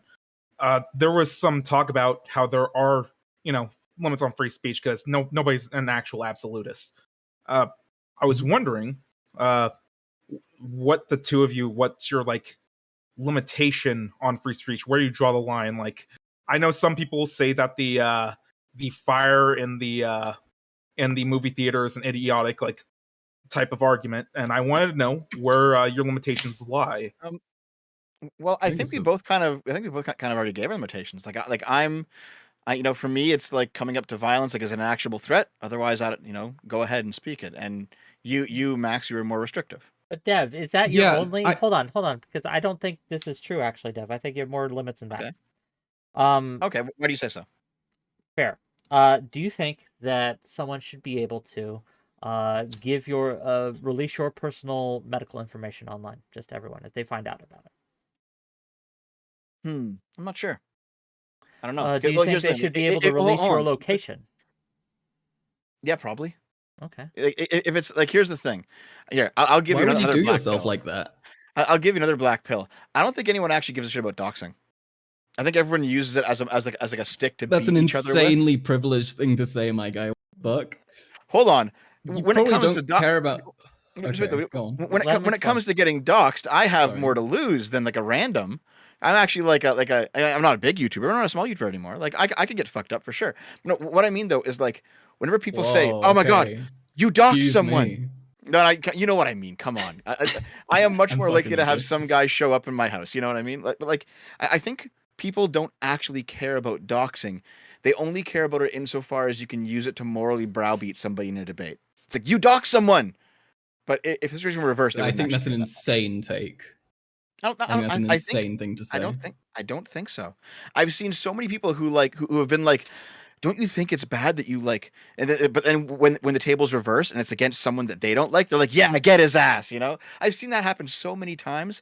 I don't think anyone actually has a principled stance on doxing. This depends, because I think that if somebody is deserving of some sort of like social punishment for some sort of action, and there is no systemic way. Yeah. Okay, you're unprincipled. You're like saying no one is unprincipled though, Dev. That's not true. I think there are plenty of people. You may not run into them because you deal a lot with the crazies, because it's Twitter, maybe, right? But there are people like I was against. Insane. I'll give you an example. That's not true. I think doxing is wrong because it's an intimidation tactic. To be clear, I think that it's a bad thing, and we should cut down on it. It's morally reprehensible to dox someone.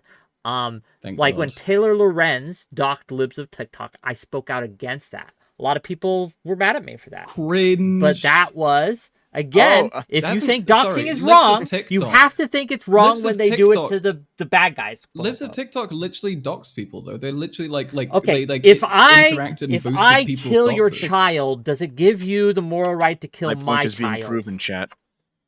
Well, your child would be innocent. It wouldn't be a child who's like made their whole career stochastic terrorism on Twitter. Like, there's a bit of a difference between doxing someone whose like whole deal is shitting on like fucking trans people who are let dead. me give you a more direct example. If I cut out trying to make them more dead, should I let? Huh? If I cut out someone's eye, should someone be able to cut out? Should that person be able to cut out my eye? If I torture them for days, should I be tortured for days? I mean, if they want to, it's up to them. But like, You- if there's you no think other that like vehicle Someone and who you has tortured tortured them someone for days, that the state should allow the victim or the victim's I family mean, this isn't to the torture same them though. for It's days. not about the right? state. This is about doxing. This is about like one person doxing somebody who's doxed like what, like 5-6 different people.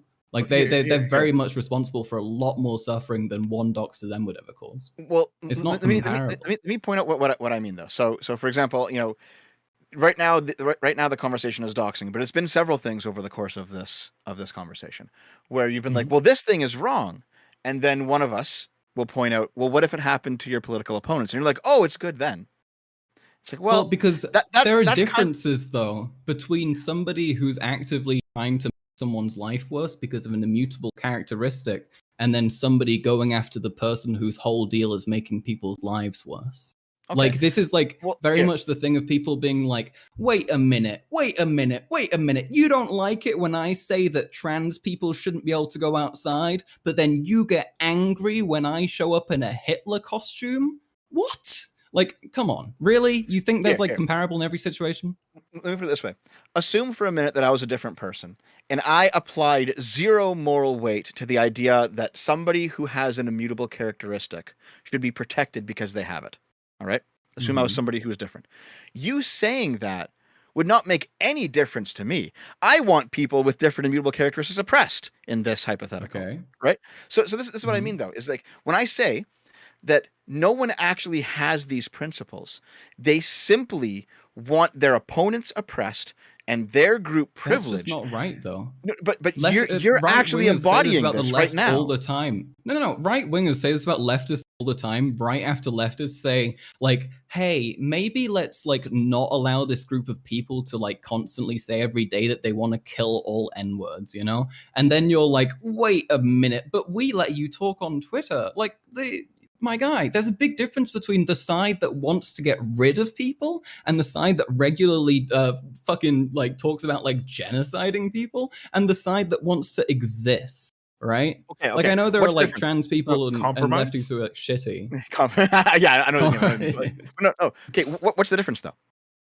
What's the difference? Yes, I want you to explain this to me.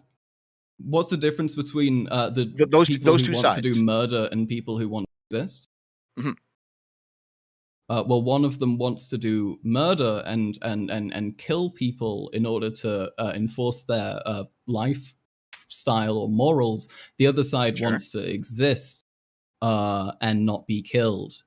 They also don't really be that. It's not like, because it's not comparable, because it's not like trans people being like, okay, you have to be trans, you have to be trans, you have to be trans. Contrary to fucking like white supremacists who are a lot more concerned about their in-group being the only existing one than trans people who are really just trying to exist among everybody else and be accepted.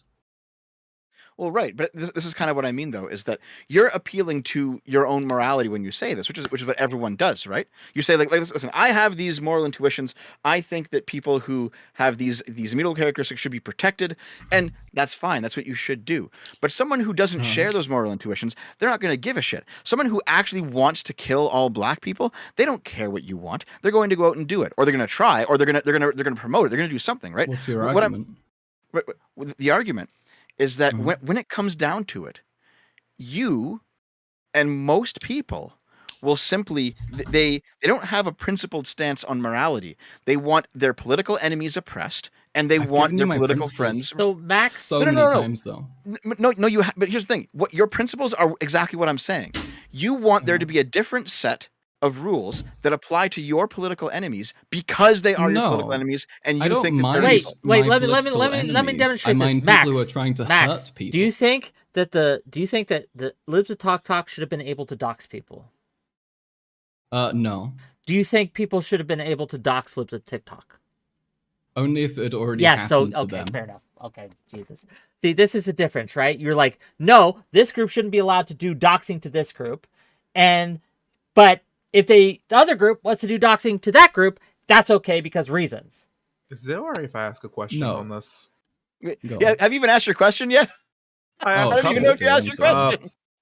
Well, I was wondering if 𝕵𝖎𝖎𝖙𝖘𝖍𝖔𝖜 like doxed 5 people and nothing happened, but let's say like 𝕾𝖍𝖎𝖙𝖘𝖍𝖔𝖜 got assaulted after being doxxed, would that still be justified in like the lens of consequentialism? What's the math there? How would you feel about I that? think it would depend. It's really hard to quantify how much damage somebody's truly done. So I wouldn't be willing to necessarily hunker down and say this was definitely the right thing to do 110%. But I would probably be, I don't know. I wouldn't want to celebrate someone being assaulted, but I probably wouldn't be like particularly shocked if somebody got attacked after doing like dedicating their life to being hateful. Okay. Okay, this isn't hypothetical either. There have been people on the left who've gone into like, I think there was a group in California who was more traditional rights. I don't have the name of the group at the top of my hand, but a leftist got arrested, right, for going in with a gun, planning to shoot them all, right? He got arrested. This was back in 2015, 2016-ish, right? Those are the trans shooter, right? Like there's examples. There's a lot of examples of this. And the left, the radical left, maybe not your version of the left, right? Maybe not your position. I'm not putting this position on you, but there are people on the left that I've talked to again and again and again who are perfectly fine punching Nazis, killing TERFs, like with really I think violent like Nazis rhetoric, right? Can be okay in retaliation sometimes. Like I punched people who I would consider to be far right or whatever, but that was as a consequence of how they treated me. No, but they enacted like violence via other means, which I couldn't take care of. Violence via other means. Can you give me an example? Like being like called slurs and like hate crimes and stuff, basically. Okay, so they said mean things to you, so you physically assaulted them. Due to there being no other way of dealing with the problem and actually making them not continue, yes. Niz, thanks for being here. And it worked. Okay. It worked. I used to be told fucking shit all the time by this one kid, and then I whacked him once, and he stopped being shitty to me and racist to my friend. Like, I completely agree. It works. If there's no other solution, I think that is something that you genuinely just have to resort to. So here's the thing. The argument that I'm making is not meant to shit on you, Max. I'm not here saying no. It's not. I'm simply trying to make you understand exactly what it is you're doing, because you are doing what your political opponents do. You reward your friends and you punish your enemies. No, seriously. This is the most like. Okay, go on. No, sure, okay. Justify it. Here. Let me put it this way, right? So you punch a Nazi because he's saying slurs to you and he's making you feel bad. He's annoying you, and that got him to stop. Okay, you could have like a Nazi punch a black kid or something, right? Okay. And he's going to justify it through his own moral framework. So for you, your morality says saying slurs is wrong. His moral framework is retarded. But he thinks that of yours. I don't care. He's wrong. I'm right. And he doesn't care, and he thinks that he's right and you're wrong. That doesn't matter. This is how politics and opinions work. And he thinks that too. But right. See, here's the thing. So this is why it ultimately comes down to just violence and force. That's at the end of it. That's all of it. That's stupid. You just walked into that. You just said it. I didn't walk into it. You've been trying to make this like gotcha the entire time. It's not applicable. I for one don't think I would not allow, because let's be real, neither I don't know about Dev. I don't know Dev that much, but Max, your ideology isn't in charge. Mine is. And my ideology says we don't allow the Nazi to punch the black kid. We stop that by force. Nor do we allow the black kid to punch the Nazi. We stop that by force, because vigilantism, this ain't the wild, wild west, kings. We do not allow it. We are saying that the state has a monopoly on violence, and it should have a monopoly on violence, because anything else is just gang warfare. As long as the state is functioning. So here's the thing. Wick, I agree with you. Here's the thing, Wick, I agree with you, but there's a black pill to your position too that I haven't quite figured out, because I'm also a liberal, right? But the black pill to the liberal position is that liberals still tend to use violence along their own morality. So every political position. We need to fix that. I agree with you. I don't know how. Yeah. Every political position says we have this morality, and we're going to use violence against other people based on this morality. Everyone says that. Everyone thinks that, including liberals. As much as liberals say, no, we're neutral. We just like we occupy the neutral space. Liberals say that all the time. It's not true. I'm a liberal. I know, but like it's just like it's. Basically, the fact that Max says, I don't know what's Max doing, like I'm rummaging around. Sorry. I'm looking for my. I'm looking for my. Trying to get high. I'm listening though. I got my headphones. Dude, wireless headphones are so nice. I love them. They're great. It's great. So it's like the best. But yeah, fucking. But basically, like everyone says, my morality allows me to use force on you, and if you don't agree, well, you're stupid. That's an argument that everyone uses, and I just don't find it appealing. I think it doesn't solve anything. I will say this. I'm not a moral relativist. And again, I'm not a philosopher. Excuse me. I'm not a philosopher. Oh, yeah. I'm not a philosopher king or anything like that. But I do think that there are certain moral truths to the world that are just true. Killing people outside of exceptional circumstances is wrong. And I don't care if your That's not a moral truth, is it? You just said it's not a moral truth. If your culture, you can have a truth, but the variables can change and shift so that, again, it can. That sounds like not. But there are some foundational principles, right, that I think hold true and are true regardless of whether your culture thinks it's true or not. And this might be my religious upbringing talking. It's very possible, right? But I think that there are certain intrinsic things, and I tend to agree with the founding fathers. We are born with inalienable rights, and I think the Bill of Rights is a good, at least, framework for those things. I agree with those things. I support those things. I think those are moral goods, and I think that like they lead to more happiness, better outcomes in general than other ways of thinking, other ways of doing things. And so I will, and because I believe that, I will fight to uphold that and to keep people from tearing that down. Yes. See, I mostly agree with you. I'm not religious at all. I'm atheist and raised atheist. I don't have a single ounce of spirituality in my body, though I respect a lot of people who do.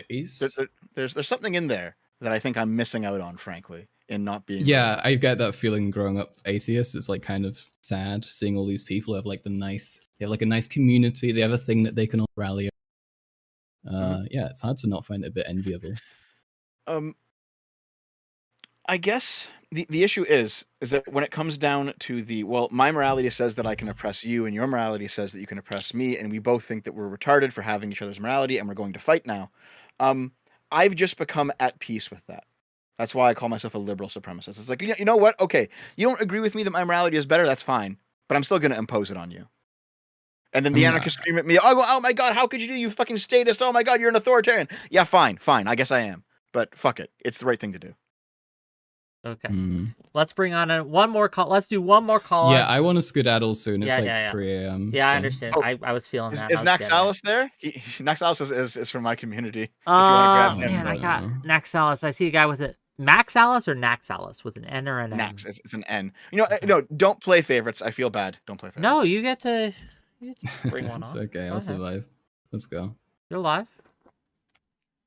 What's up, dude? Hello. I think this is a guy. I don't know. I have streamer mode on, so it's hard to see names. Yeah. Non-gendered dude. Yeah. How you doing? Good to see you. I watch you too, Wix. Big fan. But I wanted to ask, since this conversation's been all over the place, about where Karl Max thinks there is a good place for political diversity within his own acceptable framework of, I guess, the ideal government. So I mean, a lot of socialist states end up becoming one party, and obviously, unless you think there's only one right way to do it, then there should be a diversity of opinion within your own, I suppose, Overton window. And so, how do you determine where those boundaries should be set? I mean, obviously not Nazis, but if not those, where would be the limits? Well, I mean, you can't really force people to think one way or another, right? The best thing you can do is try to affect progress and then try to improve education, and that way you can end up moving people further over if they understand shit better. That's been like proven to work. I mean, most like people who are educated end up being left-wing. etc., etc., etc. I feel like if you had a society that gradually did change and built up to that kind of thing, people would be working from within that framework, and then you wouldn't have parties being like, hold up, we want to uproot everything. It would just be probably different parties which were, socialist in different ways and wanted to focus on different things. But it wouldn't be like, I doubt it would suddenly be taken apart, because you would have this gradual shift over and then you'd have gradual change of opinion. But you would allow, for example, if you have one flavor of Marxist socialism, which you believe helps the masses, creates the best utopia, and you have a competing flavor, and you think that doesn't help you get there, how do you justify that coexisting in your party ecosystem, whereas you wouldn't allow that for, say, a more far right or even maybe centrist capitalist type of party? Or would you allow capitalist parties to exist in your ideal state?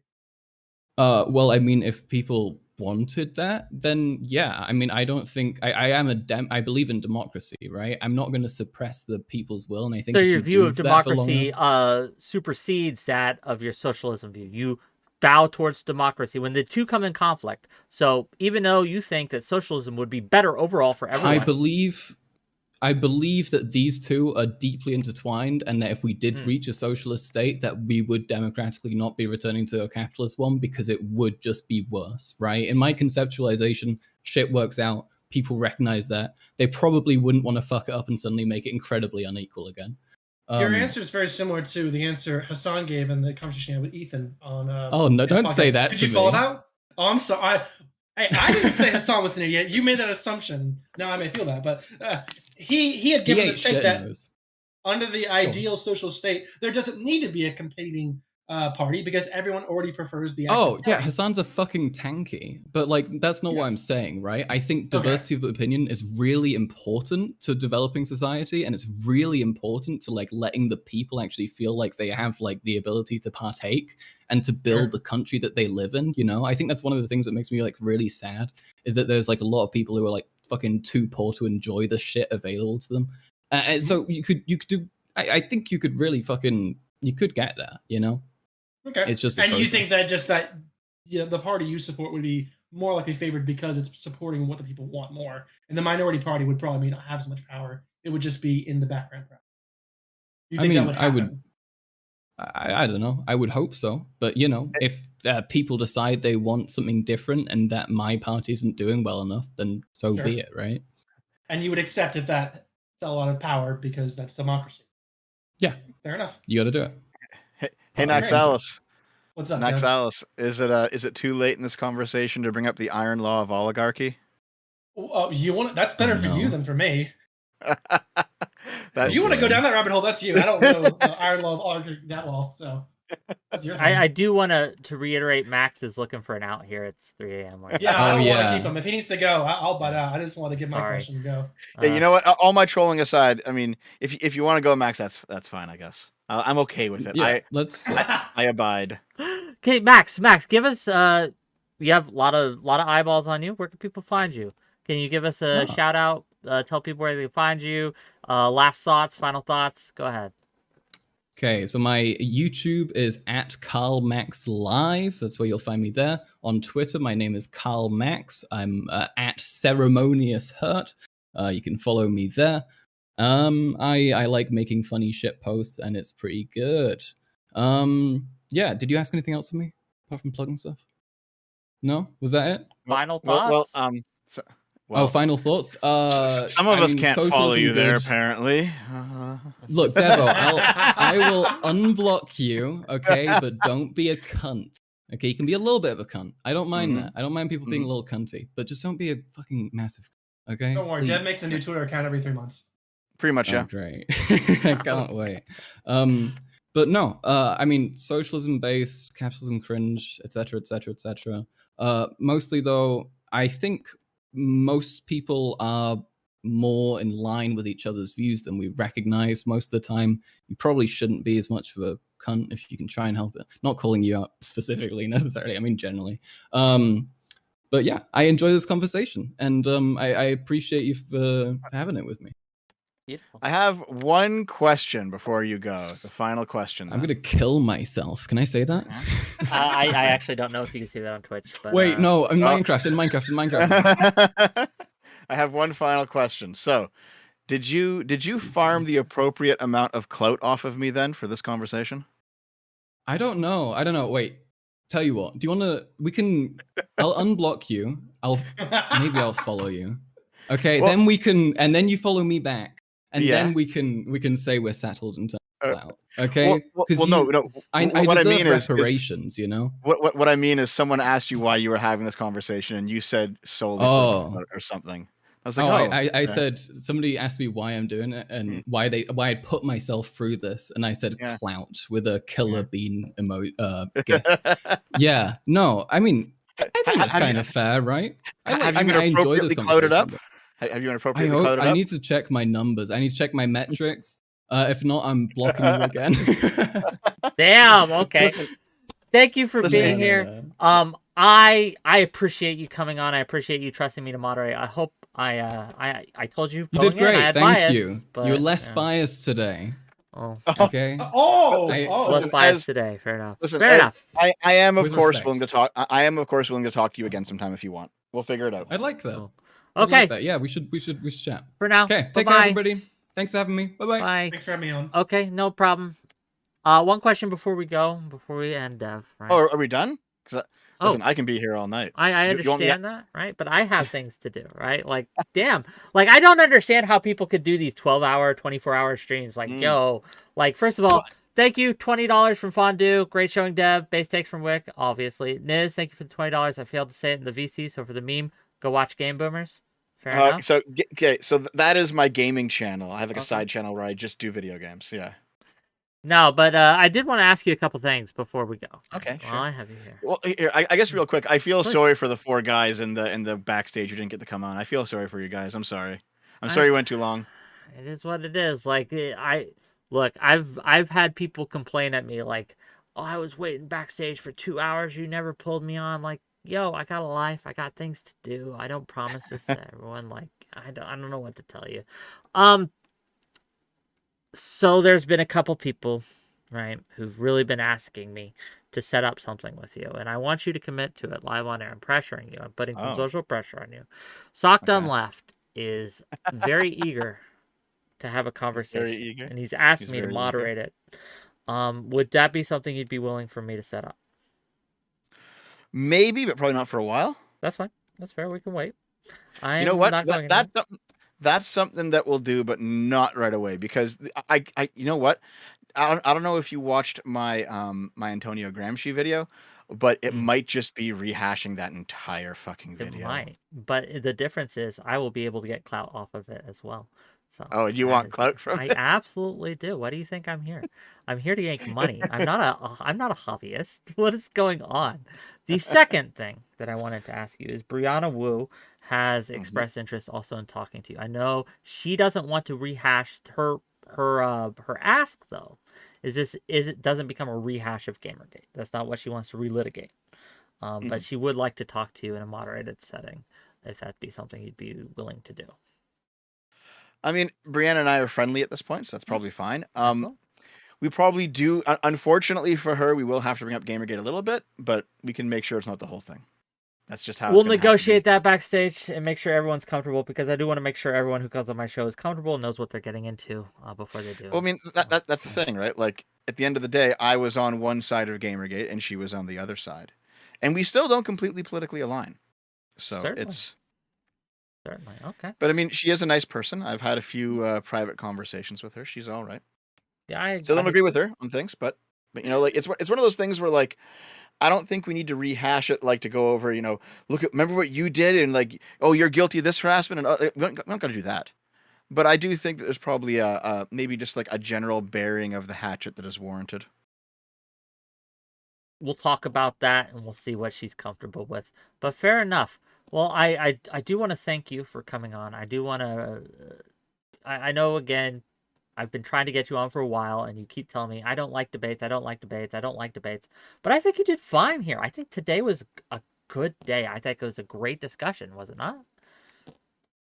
Maybe. Here's the thing, like, sure. I'm from a completely different part of YouTube, right? Like, I watch the Destiny Orbiters, and I watch like I see some Hassan, I see some Vosh.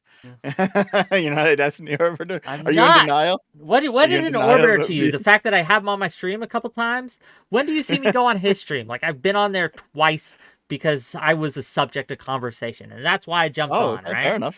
Fair enough. Yeah, you're not like you don't have like full blown Orbiter-itis. Let's say. I'm a meteor. I'm like a comet, right? It's very. You go around a little bit. Yeah. But yeah, like I keep my fingers on the pulse of Twitch politics and like those associated communities, but I'm not really part of them. Like I know Turkey Tom, he's more of like a YouTube essayist as well. He's kind of getting in there a little bit more. Yeah, I've had him on a couple times. Yeah, he's a nice guy. I've talked to him a few times too, but it's just that like debate has never been my strong suit. My strong suit has been reading books and writing. That's always my thing, And I think that kind of comes out that came out in this conversation where a lot of my stuff was like, hey, here's this person who wrote this book that had this idea, and here's how I think it's relevant, which takes more time to lay out in a debate and is honestly not as entertaining. I disagree that it's not as entertaining. Look, you know who Lex Friedman is, I'm assuming. His stuff that's all it is. It's long form. Have you read this book? All these things. And he gets millions of views, right? So I reject the framing that kind of style of discussion is less entertaining. Now, I understand that, at least in this circle, that a lot of people might be turned off by it. But I like to do a variety of things. I don't want to do debate blood sports all the time. I want to do a variety of content because I get bored of things time to time, right? Like, I don't want to just all be drama, all be debate, all be serious. I want to be able to reach out when I'm bored of serious debate. I can go to the blood sports a bit. And when I'm bored of that, I can go to the serious debate. So that's my goal here, is try to put my finger in as many pies as I can. Does that make sense? Yep, I get it. Okay. Well, thank you again for being here. Really appreciate it. Any final thoughts? Anything you want to say? I guess the last thing I just wanted to say is that it also seems to be not a good debate tactic to just quote books, even though that is my strong suit. It's true. You have to, but you didn't just quote books here. You understand, like, you laid out the book, you laid out why it was applicable to the argument being made, and you made direct comparisons. I think you did fine. Yeah. Okay. You got some imposter syndrome that you probably need to take care of, but yeah, maybe. Anyway, maybe. Thanks for being here, gang.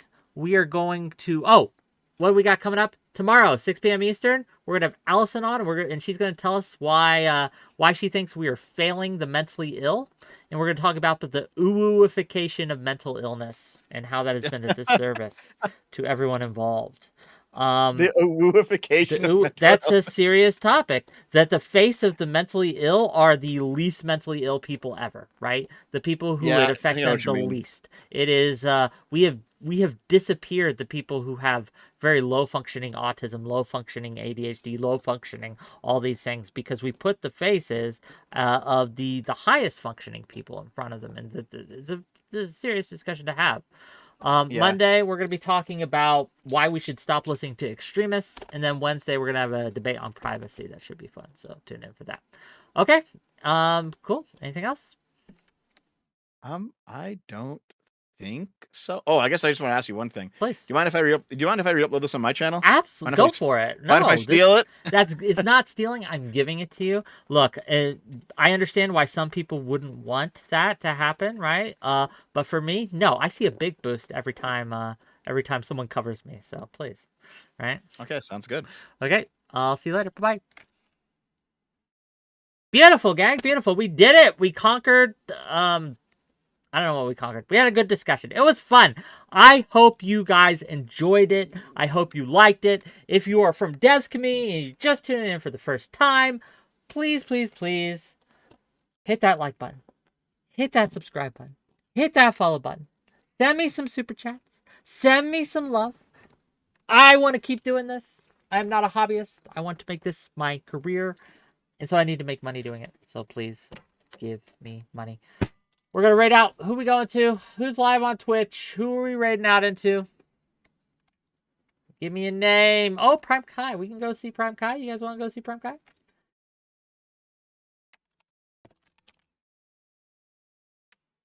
Okay.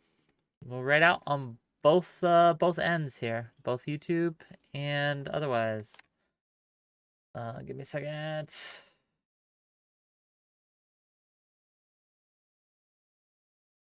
Edit. Oh, I've disappeared. Don't go away. Don't go away yet.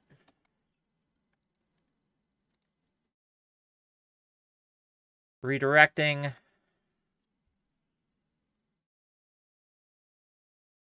Okay. We'll see you guys later. See you guys tomorrow, 6 p.m. Eastern. Bye.